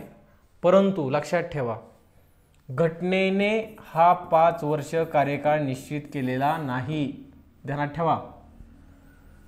मग सामान्यतः जनरली आपण म्हणतो ढोबळ मनाने सामान्यतः 5 वर्ष हे पद धारण करू शकतात. हे पण सामान्यतः 5 वर्ष पद धारण करू शकतात. जर घटनेने ह्यांना निश्चित कालावधी फिक्स करून दिला असता तर यांना पदावरून दूर करणं अशक्यच होतं ना. मग ते भले कितीही चुको. सो त्याच्यामुळं यांना काय सांगितलेलं आहे, सामान्यतः 5 वर्ष पदावरती राहू शकतात. परंतु त्याच्या अगोदर ते राजीनामा बॉसलाच देणार, कारण ह्यांची नियुक्ती कोणी केली होती? बॉस, म्हणजे त्यांचे राष्ट्रपती बॉस आहेत. पुढे गेल्यावर कळेल मी त्यांना बॉस का म्हणतो. आता हे राष्ट्रपतींच्या इतके कंट्रोलमध्ये असतात ना मित्रांनो, हे राष्ट्रपतींची मर्जी असेपर्यंत पद धारण करतात. पोरं पाठ करतात, पाठ नका करू. हे राष्ट्रपतींची मर्जी म्हणजे काय? राष्ट्रपती म्हणले चल तू दुसऱ्या राज्यात उद्या राज्यपाल म्हणून जावंच लागेल. चल तू आता घरी बस, घरी बसावंच लागेल. ह्याला काय म्हणतो आपण? राष्ट्रपतींची मर्जी. म्हणजे राष्ट्रपती म्हणल ते. मग जर राष्ट्रपती म्हणतील ते जर त्यानुसार तो वागत असेल तर मला सांगा, त्याला त्याच्या पदावधीची, त्याच्या टेन्युअरची कुठं सिक्युरिटी आहे का हो? काहीच नाही ना. कायम ध्यानात ठेवायचं बघा. इथून पुढे जेव्हा जेव्हा मर्जी वगैरे शब्द येतील तेव्हा, जेव्हा राष्ट्रपतींची मर्जी असते का तेव्हा त्याला सिक्युरिटीचा काहीच प्रश्न नसतो. आणि जर त्याला सिक्युरिटी असेल तर त्याला मर्जीचा काही प्रश्नच येऊ शकत नाही. समजतंय का? मग भारतामध्ये राज्यपाल असेल, हे पद कसं आहे, महान्यायवादी असेल, ज्यांना पदावधीची सुरक्षाच नाहीये. मग सुरक्षा नाही ह्याचा अर्थ ते कोणाच्या मर्जीने पद धारण करतात? राष्ट्रपतींच्या. दुसऱ्या बाजूला सुप्रीम कोर्टाचा एखादा न्यायाधीश असला किंवा कॅग असला, यांना पदावरून दूर करताना सहजासहजी पदावरून दूर करता येत नाही ना. त्यांना संसदेमध्ये एक प्रक्रिया फॉलो करावी लागते. ह्याचा अर्थ राष्ट्रपती म्हणतील त्यावेळेस त्यांना घरी बसता येईल का? नाही येणार. म्हणजेच त्यांना पदावधीची सुरक्षा आहे याचाच अर्थ काय? राष्ट्रपतीच्या मर्जीने ते काम करत नाहीत. I hope you got it all. हे महत्त्वाचं आहे पॉलिटी शिकताना. म्हणजे बघा, राष्ट्रपतींची मर्जी असेपर्यंत पद धारण करत असल्यामुळं त्यांना पदावधीची कसलीच सुरक्षा देण्यात आलेली नाही आहे. वाटलंच तर तुम्ही ते वाक्य लिहून घ्या. मी जे सांगितलं ते काय वाक्य सांगितलं मी सांगतो, वाटलंच तर पुन्हा लिहून घ्या. ज्यावेळी राष्ट्रपतीची मर्जी असते त्यावेळी सुरक्षेचा काहीही प्रश्न नसतो, व जेव्हा सुरक्षा असेल तेव्हा मर्जीचा पण प्रश्न नसेल. तसंच घटनेमध्ये प्रत्येक पदाचा घटनेने कालावधी निश्चित केलेला नाही आहे. प्रश्न हा आहे की सुरक्षा आहे किंवा त्याला नाही. तसा मी ग्रुपवरती एक मेसेज पण टाकला होता टेलिग्रामवरती. तुम्ही जॉईन असालच, तुम्हाला टेलिग्रामची लिंक वगैरे सर्वांना माहिती आहे. नसेल तर माझ्या नंबरवरती मला सांगा आणि मी तर आवर्जून सांगेल की इथंपर्यंत जो पार्ट शिकवला होता मूलभूत कर्तव्यांपर्यंत, त्याबद्दलचा माझा अप्रोच वेगळा होता. आता आपण हा अप्रोच वेगळा घेऊन तुम्हाला शिकवतोय. तर हे लेक्चर बघितल्यानंतर मला नक्की सांगा की क्लास माझ्याकडे लावून तुमचा काय तोटा वगैरे झाला आहे का आता. ओके. त्याचा पदावधी निश्चित असेल का? नसेल. राष्ट्रपती कधी पण त्याला पदावरून काय करू शकतात? दूर करू शकतात. आता मुद्दा काय माहिती आहे का? राष्ट्रपतींची मर्जी ही न्यायप्रविष्ट आहे का? तर मित्रांनो, नाही. ह्याचा अर्थ काय होतो की एखादा राज्यपाल उद्या सुप्रीम कोर्टात जाऊन म्हणू शकत नाही की त्यांनी माझ्यावर अन्याय केला आहे, तो मला एखाद्या चेंडूप्रमाणे खेळवतो इकडून तिकडं तिकडून इकडं. मग तो स्वतः राजीनामा दे ना, सुप्रीम कोर्ट म्हणेल. सुप्रीम कोर्ट काय सांगितलंय की राज्यपालाला पदावरून दूर करण्याचं कुठलंच आधार घटनाकारांनी सांगितलं नाही. त्याच्यामुळं तिथं तुम्ही चुकत नसाल तर तुम्ही त्या परिस्थितीमध्ये काम करा, चुकत असाल तर तुम्ही राजीनामा देऊन मोकळे व्हा. सो त्याच्यामुळे तुम्ही तिथं चॅलेंज करू शकत नाही कुठल्या न्यायालयामध्ये राष्ट्रपतींच्या मर्जीला. तसंच एखादा जर राज्यपाल खूपच चांगला काम करतोय तर त्यावेळेस त्याला त्याचा पदावधी संपला 5 वर्षांचा तरीसुद्धा नवीन पद उत्तराधिकारी धारण करेपर्यंत तो पद काय करू शकतात? चालू ठेवू शकतात, राष्ट्रपतीप्रमाणेच. तसंच यांची नेमणूक पुनर्नेमणूक होऊ शकते का त्याच राज्यासाठी? सांगा. पुनर्नेमणूक, रिअपॉइंटमेंट, पुनर्नेमणूक, यस, यांची होऊ शकते राज्यपालांची. राष्ट्रपती तर सेपरेट कलम दिले 57. पुढचं आपल्याला बघायचं आहे बघा, ते तर मी सांगणारच होतो तुम्हाला. कलम 57 मध्ये काय सांगितलंय? राष्ट्रपती पुनर्नेमणुकीसाठी पात्र असतात. तेच राज्यपाल सुद्धा पुनर्नेमणुकीसाठी पात्र असतात. म्हणजेच राष्ट्रपती कितीही वेळा पद धारण करू शकतात हा त्याचा अर्थ होतोय ना. एक्झाम्पल, डॉक्टर राजेंद्र प्रसाद बघा, सलग 2 वेळा काय झाले? भारताचे राष्ट्रपती झाले. इथं अमेरिकेचं लक्षात ठेवा. अमेरिकेचे राष्ट्रपती केवळ 2दाच पद धारण करू शकतात. म्हणजे अमेरिकेचा जो प्रेसिडेंट आहे का त्याची टर्म किती वर्षांची असते? 4 वर्षांची असते.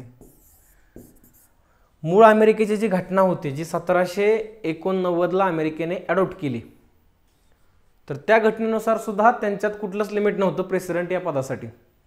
पण माझ्या माहितीप्रमाणे 1951च्या आसपास अमेरिकेने अमेंडमेंट केली त्यांच्या घटनेमध्ये आणि त्या अमेंडमेंटनुसार लिमिटेशन घातलं की एक व्यक्ती हा 2 टर्मसाठीच फक्त काय करू शकतो? प्रेसिडेंट म्हणून काम करू शकतो. राजेंद्र प्रसाद यांची इच्छा तीच होती की अमेरिकेप्रमाणे मला हे 2 वेळा काय व्हायचं आहे? राष्ट्रपती व्हायचं आहे. म्हणून 1950 ते 62 पर्यंत तेच 2 वेळा भारताचे राष्ट्रपती बनलेले होते. Are you got point?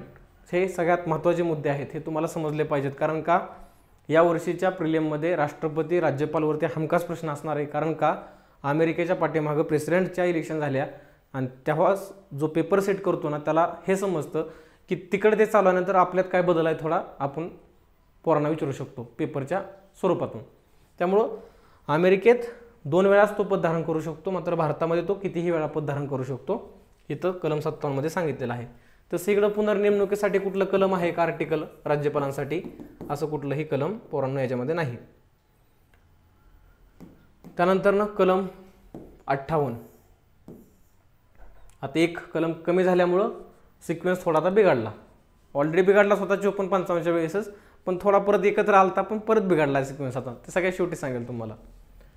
कलम 58 मध्ये सांगितलेलं आहे राष्ट्रपती पदासाठीची मित्रांनो पात्रता, आणि तिकडे कलम 157 मध्ये सांगितलेलं आहे राज्यपाल पदासाठीची पात्रता, क्वालिफिकेशन्स. ओके, ह्याला आपण अर्हता म्हणतो किंवा इंग्रजीमध्ये क्वालिफिकेशन्स म्हणतो. इकडे 157 मध्ये राज्यपाल पदासाठी क्वालिफिकेशन्स किंवा अर्हता. आता समजून घ्या, घटना काय सांगते की तो व्यक्ती भारतीय असलाच पाहिजे, त्या व्यक्तीचं वय 35 वर्ष पूर्ण असलं पाहिजे राष्ट्रपतीसाठी, आणि लोकसभा सदस्य म्हणून निवडून येण्यासाठी तो पात्र असला पाहिजे. म्हणजे असलाच पाहिजे असं आहे का लोकसभेचा सदस्य? नाही. मग लोकसभेची पात्रता काय आहे? खासदार होण्याची मिनिमम वय तुमचं 25 असलं पाहिजे. उगाच टाकायची म्हणून ही पात्रता टाकली, कारण का जेव्हा हे राजीनामा कोणाकडे देतात? उपराष्ट्रपतीकडे, तेव्हा त्यांनी कुणाला कळवलं पाहिजे? लोकसभेच्या अध्यक्षांना कळवलं पाहिजे. हे आपण बघितलं होतं.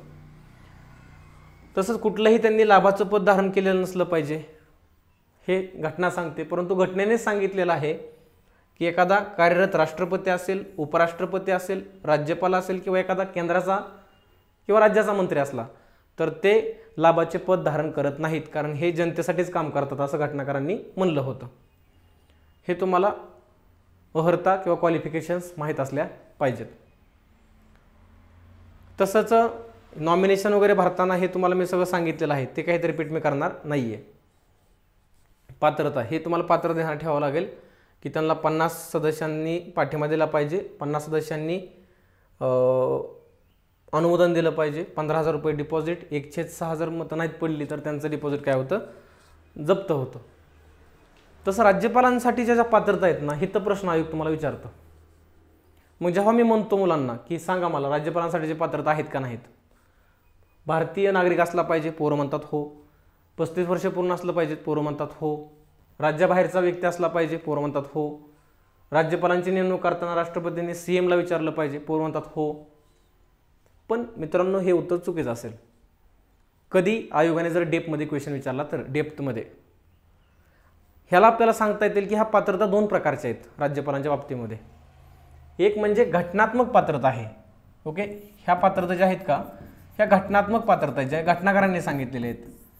मात्र काही अशा पात्रता आहेत की ज्या घटनेत नाही आहेत, ते फक्त एक संकेत किंवा परंपरा म्हणून वापरल्या जातात. मग आयोग प्रश्न विचारतो की घटनात्मक पात्रता कोणत्या? राज्यपालांसाठी 2च घटनात्मक पात्रता आहेत. एक म्हणजे तो भारतीय नागरिक असला पाहिजे आणि त्याने वयाचं 35 वर्ष पूर्ण वय त्याचं असलं पाहिजे, कंप्लीट असलं पाहिजे. तो राज्याबाहेरचा व्यक्ती असला पाहिजे नसला पाहिजे असं घटनेत काय सांगितलंय का? नाही. राज्यपालांची नेमणूक करताना CMचा सल्ला घेतला पाहिजे का? याबद्दल पण घटनाकारांनी काय सांगितलं नाही. किंवा तो राज्यात कुठल्याही राजकीय पक्षाशी संबंधित नसला पाहिजे हे सुद्धा घटनेने सांगितलेलं नाही आहे. पण तेच तर भारतामध्ये आज होतं ना. तुम्ही बघा ना, कुठलंही सरकार जर बदललं, आता उद्या जाऊन सध्याचं सरकार कुठलं आहे? NDAचं सरकार आहे. ओके,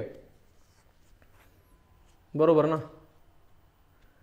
उद्या जाऊन जर इंडिया आघाडीचं काय झालं सरकार बनलं तर ते तुम्हाला आज सांगतो बरं का मी, माझं वाक्य लक्षात ठेवा. जाऊन सरकार बदललं तर बरं का, आता माहीत नाही कधी बदललं हे सरकार सध्याचं, पण हे जर सरकार बदललं तर नवीन सरकार जे तयार होईल का ते पहिला म्हणतो मी अगद्या पहिला निर्णय हे घेतील की ते पहिले राज्यांचे राज्यपाल सगळे बदलून टाकतील. कारण की सध्या जे राज्यपाल आहेत सगळे प्रत्येक राज्याचे ते सगळे कुठल्या विचारधारेचे आहेत? सध्या सत्तेमध्ये पक्ष आहे त्या विचारधारेचे आहेत. मग जर उद्या जाऊन दुसरा पक्ष सत्तेमध्ये आले केंद्रामध्ये आणि त्यांनी हेच राज्यपाल ठेवले तर हे राज्यपाल त्यांना खेळवतील ना, काहीच ऐकणार नाहीत. त्याच्यामुळे पहिले राज्यपालांना बदलतील आणि ते राज्यपालांना बदलायचं काम कोणाचं आहे? राष्ट्रपतींचं आहे. कळतंय? हे पॉलिटिकल सिस्टीम आहे आपल्या भारतातली. ह्यालाच तुम्ही ज्यावेळेस इंटरेस्ट घेऊन अभ्यास करताना त्यावेळेस हा विषय तुम्हाला खूप सोपा वाटतो. पाठांतराने हा विषय वाटतो सोपा, परंतु कुठंपर्यंत वाटतो? परीक्षेत मार्क आले तरच वाटतो. म्हणजे एखाद्या असा पोरांचा खूप मोठा गोळ होतो बघा, 2-3 परीक्षेमध्ये 15 पैकी 13-14 मार्क पडतात पाठांतराच्या जीवावरती, आणि एखादा पेपर डायरेक्ट मग तो 8-9 वरती येतो का? प्रश्न मग कन्सेप्च्युअल विचारलेले असतात ना. तर ह्या गोष्टी तुम्हाला कसाही पेपर येऊ द्या, फक्त मार्क आले पाहिजेत आपल्याला. पात्रता बघितल्या आपण किती 157 मध्ये आणि इकडं 58 मध्ये पात्रता बघितल्या. त्यानंतर ना इकडे कलम 59 मध्ये तुम्हाला बघायचे आहेत राष्ट्रपती पदासाठीच्या कंडिशन्स, शर्ती. ओके, इथं सुद्धा अटी म्हणूयात आपण. ह्याला दुसरा शब्द कोणता आहे? अटी, शर्ती किंवा अटी किंवा कंडिशन. कलम 59 नुसार राष्ट्रपती पदासाठीच्या कंडिशन काय आहेत? तर तो कुठल्याही सभागृहाचा सदस्य नसला पाहिजे. मग जर मला सांगा, एखादा सपोज राष्ट्रपती हो वाटते एखाद्याला, जो सध्याचा खासदार आहे, तर तो होऊ शकतो ना. पण राष्ट्रपती झाल्यानंतर त्याला खासदारकीचा काय करावं लागेल? राजीनामा द्यावा लागेल. म्हणजे तो खासदार किंवा आमदार राहू शकत नाही. लाभाचं पद त्याने दुसरं धारण केलेलं नसलं पाहिजे कुठलं. तसंच ते राष्ट्रपती जे त्यांना राहण्यासाठी निवासस्थान असतं का, त्याचा फ्रीमध्ये वापर करू शकतात. बघा कोणाला राष्ट्रपती व्हायचं आहे का. संसदेने कायद्याद्वारे निश्चित केलेले पगार आणि भत्ते त्यांना काय होतात? पूर्ण मिळतात. त्यांचे पगार आणि भत्ते त्यांच्या पदावधीच्या दरम्यान कधी कमी केले जात नाहीत, केले जाऊ शकतात बरं का. कधी माहिती आहे का? अपवाद आहे तो, इथं तुम्ही ॲडिशन करून घ्याल. अपवाद कंडिशन कोणते? जेव्हा 360 नुसार फायनान्शियल इमर्जन्सी म्हणजे राष्ट्रीय नाही आर्थिक आणीबाणी भारतामध्ये लागू झाली किंवा होईल, तेव्हा त्यांचे हे पगार कमी केले जाऊ शकतात. पण आतापर्यंत भारतात एकदा सुद्धा आर्थिक आणीबाणी लागू झालेली नाही आहे. वित्तीय आणीबाणी एकदाही लागू झालेली नाही. ते तुम्हाला मी आणीबाणी टॉपिकमध्ये सांगेलच. तसंच राज्यपालांच्या बाबतीमध्ये प्रश्न विचारण्यासारखे खूप आहेत बघा. सेम तेच आहे की तो कुठल्याही खासदार किंवा आमदार नसला पाहिजे. जर असला तर मग त्याला राजीनामा द्यावाच लागतो. कुठलंही लाभाचं पद धारण केलेलं नसलं पाहिजे. निवासस्थानाचा वापर तो शुल्क न देता फ्रीमध्ये करू शकतो. मग हिथं तुम्हाला आता इंटरेस्टिंग गोष्टी मला तुम्हाला सांगायच्यात बघा. पेन कोणता घेऊ? रेड दिसतोय का? बॅकग्राऊंड चेंज करतो म्हणजे काय होईल, थोडं मला लिहिता पण येईल थोडं, कारण ह्या पेजवरचं झालं आहे आता पेन रेड. राज्यपालांच्या बाबतीमध्ये विचारण्यासारखं काय काय मुद्दे आहेत जे तुमची गडबड होते. राज्यपाल, पहिला मुद्दा की त्यांचा पगार कोण ठरवतं? ओके, म्हणजे त्यांचा पगार निश्चित कोण करतं? हा झाला पहिला प्रश्न. दुसरा, त्यांचा पगार कोण देतं? हा दुसरा क्वेश्चन. ह्याचे उत्तर अगोदर आपण बघू. बघा, राज्यपालांचा पगार कोण ठरवतं माहिती आहे का मित्रांनो? संसद ठरवत असते. सो प्रत्येक राज्यातल्या राज्यपालांना पगार कसा असतो? समान असतो, कारण तो ठरवलेला असतो कोणी? संसदेने. आता बघा ना तुम्ही, सपोज हा अधिकार राज्य विधिमंडळाने दिला असता, जरी तो राज्यासाठी काम करतो तरी सुद्धा बरं का, जर हा अधिकार राज्य विधिमंडळाने दिला असता, एखाद्या राज्यपालाचं आणि मुख्यमंत्र्याचं कसलं जमत नाही, त्याचं उदाहरण तुम्हाला माहिती आहे चांगलं. मग त्यावेळेस वास्तविक प्रमुख कोण आहे हो? शासनाचे सगळे जे आर्थिक तिजोरीची चावी कोणाकडे आहे? खरी मुख्यमंत्र्याकडे आहे. म्हणजे अर्थमंत्र्याकडे आहे, पण अर्थमंत्री त्याच्या कॅबिनेटमध्येच आहे ना. मग त्यावेळेस तो राज्य विधिमंडळ काय म्हणेल? आम्ही तुम्हाला पगार देत नाही, जा काय करायचं ते करायचा. मग ते बिचारा म्हणेल माझं काय होईल, मी कसा जगू? त्याच्यामुळं घटनाकारांनी त्याचे पगार निश्चित करण्याचा अधिकार कोणाला दिलाय? संसदेला दिलाय. मग हे पगार देतं कोण माहिती आहे का? हे पगार देतं मात्र राज्य विधिमंडळ किंवा राज्य देतं. ते हे पगार देण्याचं काम कोण करतं? ज्या राज्यामध्ये ते राज्यपाल म्हणून काम करतात ते. इंटरेस्टिंग गोष्ट बघा बरं का. सपोज एखादा राज्यपाल आपल्या महाराष्ट्रामध्ये आला, वर्षभर तो राज्यपाल म्हणून काम केला, तर त्याला पगार कोण द्यायचा आहे? राज्याने द्यायचा. आपल्या महाराष्ट्राने ठरवलाय. कोणी? संसदेने ठरवलाय. मग तो वर्षभरानंतर काय झाला? रिटायर्ड झाला, निवृत्त झाला. मग त्याला निवृत्ती वेतन मिळेल ना, म्हणजे ज्याला पेन्शन म्हणतो तुम्ही. मग ही पेन्शन कोणी द्यायची असते मला सांगा? थोडक्यात हे केंद्र आणि हे राज्य कोणी दिली पाहिजे सांगा मला? पेन्शन कोण देतं? केंद्र देतं. राज्य कसं देऊ शकत नाही. म्हणजे तुम्ही हा लांबच्या राज्यामध्ये 1 वर्षासाठी आणि इथून पुढे आयुष्यभरासाठी तुमचा आम्ही खर्च उचलू का आम्ही? त्यापेक्षा तुम्ही ज्यांनी तुम्हाला अपॉइंटमेंट केलेलं आहे त्यांच्याकडे तुम्ही बघा ना. मग ह्यांना पेन्शन कुठून मिळेल? केंद्रातून मिळेल. लक्षात घ्या. दुसरं, आता अजून एक कंडिशन ज्यामध्ये तुम्हाला मी सांगतो, 7वी घटना दुरुस्तीने काय सांगितलं होतं 1956 की एक व्यक्ती 2 किंवा त्यापेक्षा जास्त राज्यांचा राज्यपाल म्हणून काम करू शकतो. What it. मग अशा वेळेस त्याला अतिरिक्त कामाचा भार पडणार आहे. मग त्यावेळेस त्याला ते अतिरिक्त भत्ते आहेत किंवा जे वरचे चार्जेस आहेत हे द्यायचं किती हे ठरवतो कोण? कोण ठरवतो मला सांगा? संसद ठरवल, राज्य ठरवल का राष्ट्रपती ठरवल? तर त्यावेळेस तुमचं उत्तर असेल पोरांनो राष्ट्रपती ठरवेला. तिथं संसद नकोय, तिथं राष्ट्रपतीचं पाहिजे. तिथं संसद अजिबात ठरवू शकत नाही, कारण की इथं राष्ट्रपती ठरवल कुठल्या राज्याने किती टक्के वाटा द्यायचा. समजतंय? तर हिथं पोरांनो तुम्हाला परीक्षेमध्ये समजलं पाहिजे की काय विचारले आणि काय तुम्हाला ध्यानात ठेवायचं आहे. आय होप हे तुम्हाला अंडरस्टँड झालेलं असलं पाहिजे. आता याच्यामध्ये राष्ट्रपतींच्या वेतन जर बघितलं तर सध्या भारतामध्ये किती आहे बघा, मला वाटतं 5 लाख रुपये. बघा राष्ट्रपती कोणाला व्हायचं आहे का बरं का, पण प्रोसेस सांगितली सगळी, तिथनं जमते का? जमत असेल तर सांगा मला, मग बघू आपण सगळे मिळून करू मग तुमच्यासाठी प्रयत्न. 5 लाख बरोबर का. हे रिटायर्ड झाल्यानंतर ना यांना काय मिळेल? पेन्शन मिळेल. ही पेन्शन किती मिळते माहिती आहे का? शेवटच्या पगाराच्या 50%. मग शेवटचा पगार किती आहे? 5 लाख. ह्याच्या 50% म्हणजे किती मिळणार पेन्शन? 2.5 लाख रुपये ह्यांना पेन्शन मिळते असं समजा रिटायरमेंट नंतर. पण पेन्शन घेत असतानाच त्या व्यक्तीचा काय झाला? मृत्यू झाला, डेथ झाली त्या राष्ट्रपतीची, मग ती महिला असो किंवा पुरुष असो. तर डेथ झाल्यानंतर ना त्याच्या कुटुंबियांना सुद्धा पेन्शन मिळते बरं का. पण त्यांच्या कुटुंबियांना शेवटच्या पेन्शनच्या रकमेपेक्षा 50% पेन्शन मिळते. म्हणजे इथं किती मिळेल? 1.25 लाख रुपये मिळेल. क्लिअर? 1.25 लाख रुपये मिळेल. मग 1.25 लाख रुपये म्हणजेच मूळ पगाराच्या किती? 25% झालं आणि त्यांच्या पेन्शनच्या 50% झालं. आयोग कसं विचारतंय तुम्ही थोडं करा कॅल्क्युलेशन, तुम्हाला कळेल मी काय म्हणतोय ते. करताय? मूळ पगाराच्या 25% होईल आणि पेन्शनच्या 50% होईल ना, कारण की पेन्शनच्या 50% मिळते असं म्हणतोय आपण त्यांना. सेम ते पण तिकडे गोष्टी लागू केल्या जातात. मग राष्ट्रपती इकडे काय करतात? ते काय असतील ते एक्स्ट्राचे भत्ते बित्ते ते राज्यांमध्ये विभागून देतात. आय होप ही दोन्ही आर्टिकल तुमची झाली असतील. चला अजून आपलं आर्टिकल, मला वाटतं ह्या भागामध्ये तुम्हाला किमान आर्टिकल जरी कव्हर झाले तरी सुद्धा तुमचा पार्ट बराच कव्हर होतोय. मग परत अधिकारांचा आपण सेपरेट दुसऱ्या भागामध्ये तुम्हाला दोघांचं मी तुलनात्मक सांगेल.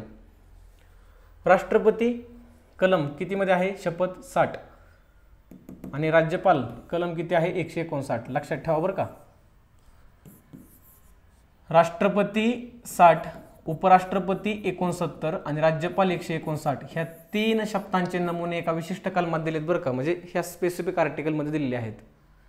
बाकी सगळ्यांच्या शब्दांचे नमुने हे परिशिष्ट नंबर 3 नुसार दिलेले आहेत. जे शेड्यूल म्हणतो आपण घटनेत जे आपल्या 12 आहेत का त्यातलं 3रं परिशिष्ट हे शपथ त्याचे नमुने त्याच्याबद्दलचं आहे. बट ह्यांच्यासाठी विशेष आर्टिकल आपल्याला सांगायला येतं. राष्ट्रपतींना शपथ कोण देतं? सुप्रीम कोर्टाचा सरन्यायाधीश देतो. ओके.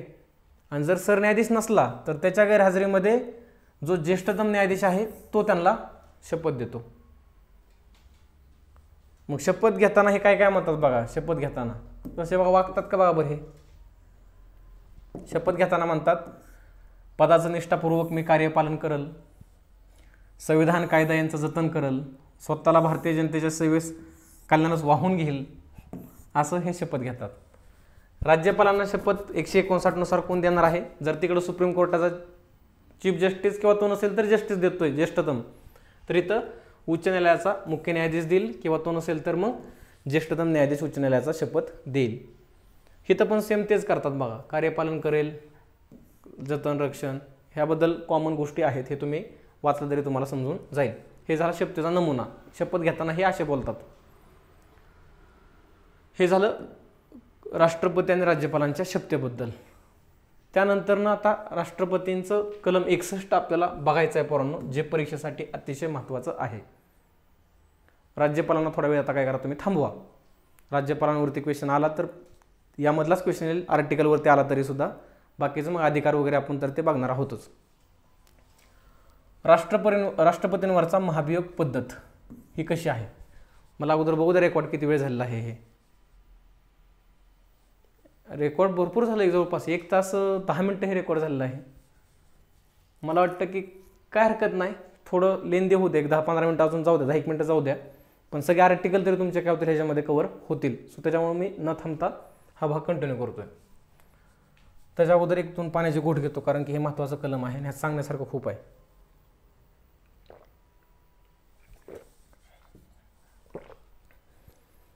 राष्ट्रपतींवरची महाभियोग पद्धत. पहिली गोष्ट, राष्ट्रपतींना पदावरून दूर कुठल्या कारणावरून करता येतं बघा, तर फक्त घटनेचा भंग, बरं का, हे एकच कारण आहे, व्हायोलेशन ऑफ कॉन्स्टिट्यूशन, एवढ्या एकाच कारणावरून त्यांना पदावरून दूर करता येतं.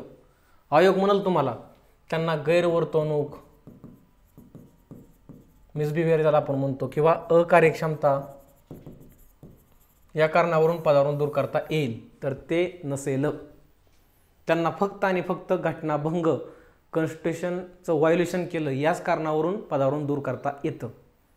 इंटरेस्टिंग गोष्ट ही आपल्या घटनेमध्ये पोरांनो, ती म्हणजे की आपल्या घटनेमध्ये घटनेचा भंग या शब्दाचा अर्थ कुठं स्पष्ट नाही केला. बघा ना किती गंमत आहे, अर्थ स्पष्ट नाही केलेला, फक्त एवढं सांगितलं की याच्यावरून त्यांना पदावरून दूर करता येऊ शकतं. मग आता ह्याचा अर्थ लावायचा काय हे कोण ठरवणार हो? संसद ठरवणार. क्लिअर? हे कोण ठरवणार आहे? संसद ठरवणार आहे. तर कशी प्रक्रिया ही फॉलो केली जाते बघा, की त्याच्यावरती जे काही आरोप आहेत पोरांनो, आरोप, ते आरोप संसदेच्या कुठल्याही सभागृहामध्ये मांडले जाऊ शकतात. म्हणजे त्यांना पदावरून दूर करण्याची प्रक्रिया ही राज्यसभा किंवा लोकसभामध्ये कुठेही मांडली जाऊ शकते, म्हणजे संसदेच्या कुठल्याही सभागृहामध्ये मांडली जाऊ शकते. त्यांचा जो दोषारोपाचा कारण जे आहेत ते एका प्रस्तावाच्या स्वरूपामध्ये मांडावे लागतात. ओके, प्रस्तावाच्या स्वरूपामध्ये मांडावे लागतात. त्याचं मग ठराव परत होणार आहे. प्रस्ताव आणि ठरावामध्ये फरक काय? प्रस्ताव हे ठरावाचं प्राथमिक रूप असतं, एवढं फक्त माहीत असू द्या, संसदेमध्ये मी क्लिअर करेल. मग हा जेव्हा ठराव मांडला जाईल ना लोकसभा किंवा राज्यसभेमध्ये, त्याच्या अगोदर, ओके, त्याच्या अगोदर सभागृहामधल्या, मग ज्या सभागृहामध्ये मांडायचा आहे त्या सभागृहातल्या सदस्य संख्येच्या किमान 1/4 इथं आलंय बघा, म्हणजे 25%. मग अशा आपण 1/6 बघितलं होतं कुठं? डिपॉझिटच्या वेळेस. तिथं जर एवढी मतं नाही पडली 1/6 तर डिपॉझिट जप्त. इथं काय बोललंय? 1/4 सदस्यांची सह्या असलेली एक लेखी नोटीस त्यांना 14 दिवस अगोदर द्यावी लागते. कोणाला? राष्ट्रपतींना. बघा समजून घ्या, राष्ट्रपतींना 14 दिवस तुम्ही अगोदर नोटीस देताय. ह्याचं कारण राष्ट्रपतींनी मग समजून घ्यायचं आपल्या स्वतःच्या सद्विवेक बुद्धीने, की बाबा मला खरंच दूर करतील का बरं, माझं चुकलंय काय, स्वतःहून मग राजीनामा द्या. पण जर राष्ट्रपतीला वाटतंय की मी चुकलो नाही, तर ती प्रक्रिया अजून पुढे चालू जाईल. राजीनामा दिल्यावर तर प्रश्न संपला ना. मग त्या कंडिशनमध्ये त्या सभागृहामध्ये तो ठराव पारित करण्याची प्रक्रिया आता पुढे केली जाईल. तर त्यावेळेस त्या सभागृहामध्ये ठराव एकूण सदस्य संख्येच्या 2/3 बहुमताने पारित होणे गरजेचे आहे. ओके, म्हणजे एकूण लोकसंख्या किती आहे? एकूण संख्या किती आहे? लोकसभेची 543, राज्यसभेची 245. याच्या 2/3 तिथं प्रेझेंट अँड वोटिंग आहे का? काहीच नाही देणं घेणं. टोटल सभागृहाच्या 2/3 एकूण सभागृहाच्या. हजर असणारे, मतदान करणारे इथं काहीही संबंध नाही बरं का. घटनेतली सगळ्यात अवघड मेजॉरिटी ही आहे. बहुमताचा प्रकार सगळ्यात अवघड हा आहे, जो फक्त इथंच वापर केला जातो. तर त्या सभागृहामध्ये 2/3 बहुमताने एकूण संख्येचा तो ठराव पारित होणं गरजेचं आहे. पण जेव्हा ज्या सभागृहामध्ये हा ठराव पारित होतोय त्यावेळेस दुसरं सभागृह जे आहे ते काय करल? जे आरोप आहेत का त्याचं अन्वेषण करल, म्हणजे त्याची इन्क्वायरी करल. बाबा खरंच त्यांच्यावरती अन्याय झालाय का, खरंच ते दोषारोप खरे आहेत का. म्हणजे इथं काय होऊ शकतं दुसऱ्या सभागृहामध्ये, की दुसरं सभागृह डिसाईड करू शकतं की नाही, राष्ट्रपतींना कुठंतरी स्वतःच्या स्वार्थासाठी गव्हर्नमेंट दूर करते पदावरून, किंवा अपोजिशन पार्टी दूर करते, किंवा दुसरं काय नाही, राष्ट्रपतींची खरंच चूक आहे, ते ह्या पदावरती काम करण्यास नाही येत योग्य, त्यांनी घटनेचा भंग केलेला आहे जो काय आरोप आहे त्यानुसार, त्यामुळे त्यांना आपण पदावरून दूर आता केलं पाहिजे. म्हणजे जर त्यांनी ते ॲक्सेप्ट केलं दुसऱ्या सभागृहाने, तर दोन्ही सभागृहामध्ये तो ठराव पारित केला जाईल आणि त्यांना पदावरून दूर केलं जाईल. पण जर त्यांनी ते ॲक्सेप्ट नाही झालं त्यांना, किंवा चुकीचं वाटलं हे जे सभागृहात चालू आहे ते, त्यावेळेस दुसरं सभागृह काय म्हणेल की आमच्यात पण तेवढी मेजॉरिटी लागणारच आहे ना, मग तेवढी आम्ही नाही दिल्यावर मग तिथंच तो ठराव काय झाला, बरखास्त झाला म्हणजे राष्ट्रपती पदावरून दूर होऊ शकतात का? नाही होऊ शकतात. ह्याचा अर्थ काय? राष्ट्रपतींना सुद्धा पदावधीची काय पोरांनो सुरक्षा आहे. ते कोणाच्याही मर्जीने पद धारण करत नाहीत, हे लक्षात ठेवा. अन्वेषण करणार आहे, दोषारोप सिद्ध झाला आहे, घोषणा करणारा ठराव सदस्य संख्येच्या दुसऱ्या सभागृहामध्ये सुद्धा तेवढ्याच बहुमताने पारित जर झाला तर राष्ट्रपती पदावरून दूर केले असं समजलं जातं.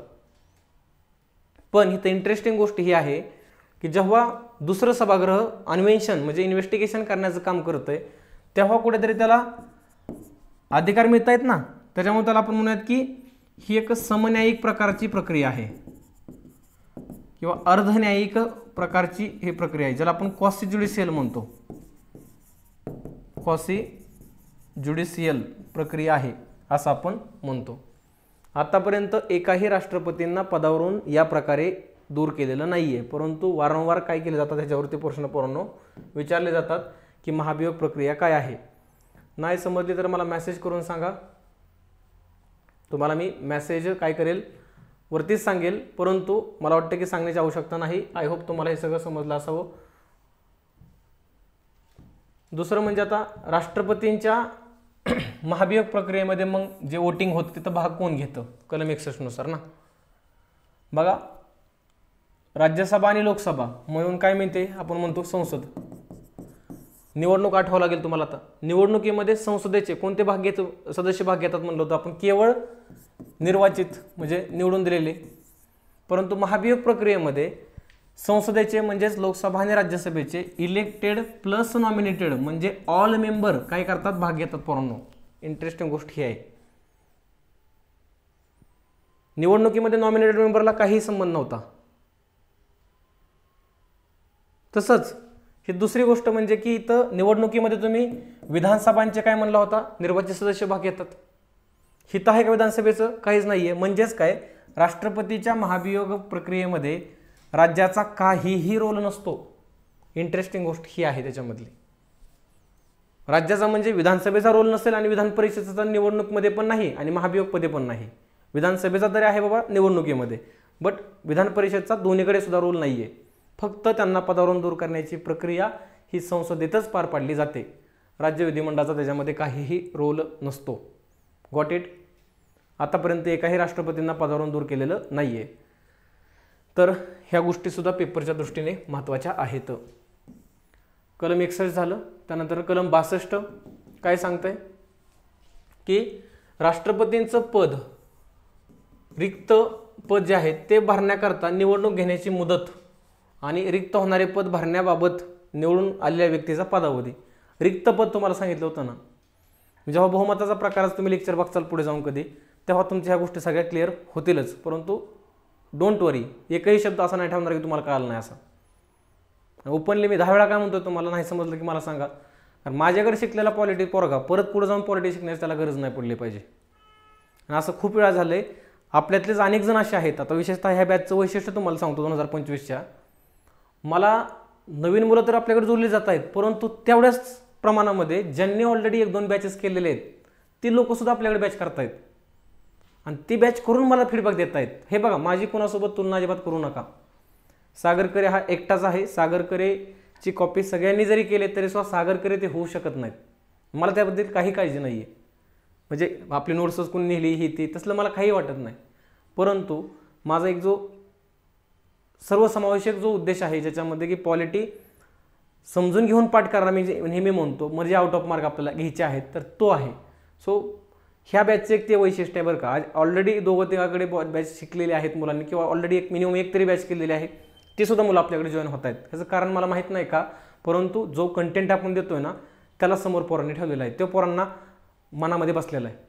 सो तुम्हाला सुद्धा मी सांगेल की तुमचा अजून कोण असेल ज्यांचं बाबा खूपच कॉन्फिडन्स आहे की पॉलिटीचा विषय नाही वगैरे असं, त्यांना एकदा शिका म्हणा. एकदा परत मात्र गॅरंटी देऊन सांगतो, माझ्याकडे विषय शिकल्यावर जर असं परत वाटलं की सर दुसरीकडे विषय आता शिकायची गरज आहे, तुमची सगळी फी माघार देतो. एवढं ओपनली तुम्हाला मी चॅलेंज देतोय. त्याच्यामुळं तुम्ही प्रामाणिकपणे जर लेक्चर करत असाल तर तुम्हाला मार्क यायलाच पाहिजेत पोरांनो. ठीक आहे. राष्ट्रपतींचं पद कुठल्या कुठल्या कारणावर रिक्त होतं बघा. पदावधी संपल्यामुळं 5 वर्षांचा, राजीनामा दिल्यामुळं उपराष्ट्रपतींकडे, महाभियोग प्रक्रियेद्वारे, तसेच त्यांचा मृत्यू झाला, किंवा त्यांची निवडणूक अवैध ठरवली या कंडिशनमध्ये. ठीक आहे, हे सांगितलेलं आहे राष्ट्रपतींचं पद रिक्त होतंय. मग याच्यामध्ये समजून घ्या, याच्यामध्ये त्यांचं पद रिक्त हे पदावधी संपल्यामुळे झालेलं असलं का, जो 5 वर्षांचा पदावधी आहे त्यांनी पूर्ण केला आहे ना, या कारणामुळे जर ते रिक्त झालं असलं तर जे आहे त्या अगोदरचेच काय करतील, नवीन व्यक्ती येईपर्यंत पद धारण करतील ना, हे बोललोय तुम्हाला. परंतु राजीनामा, महाभियोग, मृत्यू किंवा निवडणूक अवैध या कारणामध्ये ते तर कामच करू शकणार नाहीत, कारण हे तर मृत्यू झाल्यामुळे माणूसच नाही, राजीनामा दिल्यामुळे इच्छा नाही, महाभियोग म्हणजे योग्य नाही आणि निवडणूक अवैध म्हणजे चुकीचं आहे. मग अशा वेळेस व्हाईस प्रेसिडेंट, उपराष्ट्रपती हे राष्ट्रपती म्हणून काम करतात पोरांनो. फक्त उपराष्ट्रपती या कंडिशनमध्ये राष्ट्रपती म्हणून काम करू शकणार नाहीत. या 4 कंडिशनमध्ये ते राष्ट्रपती म्हणून काम करतील. कोण? उपराष्ट्रपती. आणि उपराष्ट्रपती पण नसतील का, तर सुप्रीम कोर्टाचे सरन्यायाधीश त्या ठिकाणी राष्ट्रपती म्हणून काम करतील. कधी नसतील तर कोण नसतील, तर उपराष्ट्रपती पण नसतील तर भारताचे सरन्यायाधीश काम करतील. आणि भारताचे सरन्यायाधीश पण नसतील तर त्यावेळेस सुप्रीम कोर्टचा सिनियर मोस्ट जो जज आहे का, तो या पदावरती काम करणार आहे, राष्ट्रपती या पदावरती. तर हे तुम्हाला आर्टिकल 62च्या अर्थाने एवढं माहीत असणं अपेक्षित आहे. आय होप तुमचं हे सर्व काय झालं असेल, क्लिअर झालं असेल. मग राज्यपालांचे आपण कलम 159 नंतर थोडा गॅप घेतला होता ना, त्याला आपण 160 मध्ये काय करूयात, कंटिन्यू करू आणि आर्टिकलला काय करू, थांबू. राज्यपाल 160 विवेक्षित म्हणजे काही वेळी आकस्मिक म्हणजे इमर्जन्सी किंवा कंटिंजन्सी हा शब्द यूज केला जातो इंग्रजीमध्ये. इमर्जन्सी किंवा आकस्मिक या प्रसंगामध्ये राज्यपालांचं कार्य पार पाडणं. राष्ट्रपती घटनेत तरतूद नसलेल्या कुठल्याही आपत्कालीन परिस्थितीमध्ये राज्यपालांची कार्य पार पाडण्याची तरतूद करतील. ही तरतूद कोण करतात? स्वतः राष्ट्रपती करतात. मग त्यामध्ये पदावर कार्यरत असलेल्या राज्यपालांचा मृत्यू झाला, त्याची कार्य पार पाडण्यासाठी संबंधित राज्याच्या उच्च न्यायालयाच्या मुख्य न्यायाधीशाची नेमणूक ते करू शकतात हंगामी राज्यपाल म्हणून. तर हे कलम कितीमध्ये सांगितलेलं आहे? 160 मध्ये सांगितलेलं आहे. कारण उच्च न्यायालयाची नेमणूक सुद्धा कोण करतील? स्वतः राष्ट्रपतीच करणार आहेत. चलो, झालं सर्वांचं कलम पूर्ण. हां, पदावधी संपल्यामुळं पुढील राष्ट्रपती निवडणूक प्रक्रिया जुन्या राष्ट्रपतीचा पदावधी संपण्याच्या आतच पूर्ण करण्यात यावी असं 62(1) मध्ये सांगितलेलं आहे. हे सुद्धा तेवढंच महत्त्वाचं स्टेटमेंट आहे. काय म्हणतंय की ऑलरेडी पदावधी संपलाय, सो 5 वर्षांचा कार्यकाळ संपलाय, सो निवडणूक परत घ्यावी लागेल ना, तर ही निवडणूक प्रक्रिया जुन्या राष्ट्रपतींचा पदावधी संपण्याच्या अगोदरच पूर्ण करण्यात यावी, म्हणजे ओव्हरलॅप होणार नाही. त्यानंतर आता मी पॉईंट सांगितलेले आहेत बघा, तेच तुम्हाला दिसतील, जे ऑलरेडी तुमचे मी कव्हर केलेले आहेत मला वाटतं. हे तुम्ही बघू शकता. राष्ट्रपती, राजीनामा, महाभियोग, पदच्युती म्हणजे इम्पिचमेंट किंवा महाभियोग, मृत्यू किंवा इतर कारणामुळे पद रिक्त असलं तर 6 महिन्याच्या आत निवडणुका घ्याव्या लागतात. पण घटनेने असं 6 महिन्याचं कुठेही बंधन घातलेलं नाही, हे स्वतः लक्षात ठेवा बरं का. इथं 6 महिन्यावरती घटनेने बंधन घातलेलं नाही आहे. गैरहजर, आजारी किंवा इतर कारणामुळे असतील तर तेवढ्या कालावधीमध्ये उपराष्ट्रपती, ते नसतील सुद्धा सुप्रीम कोर्ट, आणि ते नसतील तरी सुद्धा सुप्रीम कोर्टाचे ज्येष्ठतम न्यायाधीश. हे तर तेच आहे. राष्ट्रपती पदावधी संदर्भात राज्यपालांच्या बघा, राष्ट्रपती एका राज्याच्या राज्यपालाची बदली त्याच्या उर्वरित कालावधीसाठी दुसऱ्या राज्यामध्ये राज्यपाल म्हणून करू शकतात, जे मग सांगितलं होतं. पदावधी संपलेल्या राज्यपालाची पुनर्नेमणूक त्याच राज्यामध्ये करता येऊ शकते. राज्यपाल आपला पदावधी संपल्यावर सुद्धा नवीन जो व्यक्ती येणार आहे तोपर्यंत आपला कार्यकाळ किंवा काम सुरू ठेवू शकतो. तर माझं सांगण्याचा उद्देश हाच आहे की जरी हा भाग 1.5 तासात झाला असला तरी सुद्धा अतिशय महत्त्वाच्या गोष्टी आपण डिस्कस केल्यात. कारण सेपरेट हे शिकून परत सेपरेट ते शिकवाय, भाग वाढवण्यात अर्थ काय नाही. म्हणजे सेपरेट हा 1 तासाचा भाग झाला असता आणि ह्याचा 1 तासाचा भाग झाला असता, उगाच तुमचाच ह्याच्यामध्ये तोटा आहे ना, तुमचे 2-2.5 तास गेले असते. त्यापेक्षा 1.5 तासातच तुमचं मी कव्हर करून दिले. फक्त नोट्स काढताना कलम एका बाजूला, फक्त कीवर्ड हे तुम्ही स्वतःच्या अक्षरात लिहिले पाहिजेत. बाकी ह्या नोट्स तर तुम्हाला रेफरन्स म्हणूनच तुम्ही यूज करू शकता डायरेक्ट, या व्यतिरिक्त काही महत्त्वाचं नाही आहे. ठीक आहे, तुम्हाला मिळालेले आहेत नोट्स. आता आपण पुढचा टप्पा बघणार आहोत, तो म्हणजे अधिकार आणि त्यांची कर्तव्य. ठीक आहे, मला नक्की कमेंट करून म्हणजे माझ्यापर्यंत मेसेज पोचवा. बॅचेसच्या विद्यार्थ्यांना मी आवाहन करतो. आणि दुसरं म्हणजे की अजूनसुद्धा वेळ आहे, जी कंबाईनची मुलं अभ्यास करतायत 9 नोव्हेंबरसाठी किंवा ग्रुप सीसाठी वगैरे, तर त्या पोरांसाठी अजूनसुद्धा वेळ आहे. लेक्चर मी जास्त लेंदी खूपच फापट पसरा दिलेला नाही आहे. जेवढं तुम्हाला लागेल परीक्षेसाठी तेवढं स्पेशल टार्गेट हे का नाव दिलं तुम्हाला, कारण की तुम्हाला 15 पैकी 15ची जबाबदारी माझी आहे. सो त्याच्यामुळं तुमचे कोण बंधू भगिनी असतील, मित्रमैत्रिणी असतील, त्यांच्यापर्यंत सुद्धा हा मेसेज कन्वे करा. कारण 27 तारखेला पुढे जाऊन गणपती स्थापनेला म्हणजे गणपती बाप्पा आपल्यामध्ये येत आहेत, तर गणपतीच्या वेळेस तुम्हाला इथं पुन्हा एकदा ही जी बॅच आहे ही ऑफर मिळणार आहे. सो त्याच्यामुळं ज्यांनी ऑलरेडी आता पैसे थोडे जास्त भरलेले आहेत, बघा कुणी 1111 भरलेले, कुणी 999 भरली, ह्या पोरांना असं वाटेल की मास्तर आमच्याकडून तुम्ही जास्त घेतले काय. हे बघा तुम्हाला मी सांगतो, तुम्ही इथं विचार कसा करायचा की तुम्ही जरी आता सपोज एखाद्याने 899ला बॅच आता घेतली आणि 1111 वाल्यांनी पाठीमागच्या आठवड्यामध्ये घेतली, मागच्या 7 दिवसामध्ये तुम्ही लेक्चर बघायला सुरुवात तर केली असेल ना. 7 दिवसामध्ये तुम्ही मिनिमम 7 तरी लेक्चर बघितले असतील ना. मी म्हणतो पहिले 5च बघितले असतील. 5 लेक्चर तुम्ही त्यांच्या पुढे आहे पोरांनो. हा पॉझिटिव्ह अप्रोच तुम्ही ठेवा. आणि आपण सगळ्याचा विचार करतो ना, त्याच्यामुळं अतिशय खूपच मस्त आहे. त्या पोरं मग बॅच घेतात जेवढ्या किमतीमध्ये तेवढ्या, आणि जे बिचारी ज्यांना अडचण वगैरे आहे ते काय करतात, मग थोडी वाट बघतात. सो त्यासाठी सुद्धा आपण मदत केली पाहिजे ना, हे आपलं कर्तव्य आहे. ओके, असू द्या, थांबवा आपण मित्रांनो, भेटू पुढच्या सेशनमध्ये. धन्यवाद.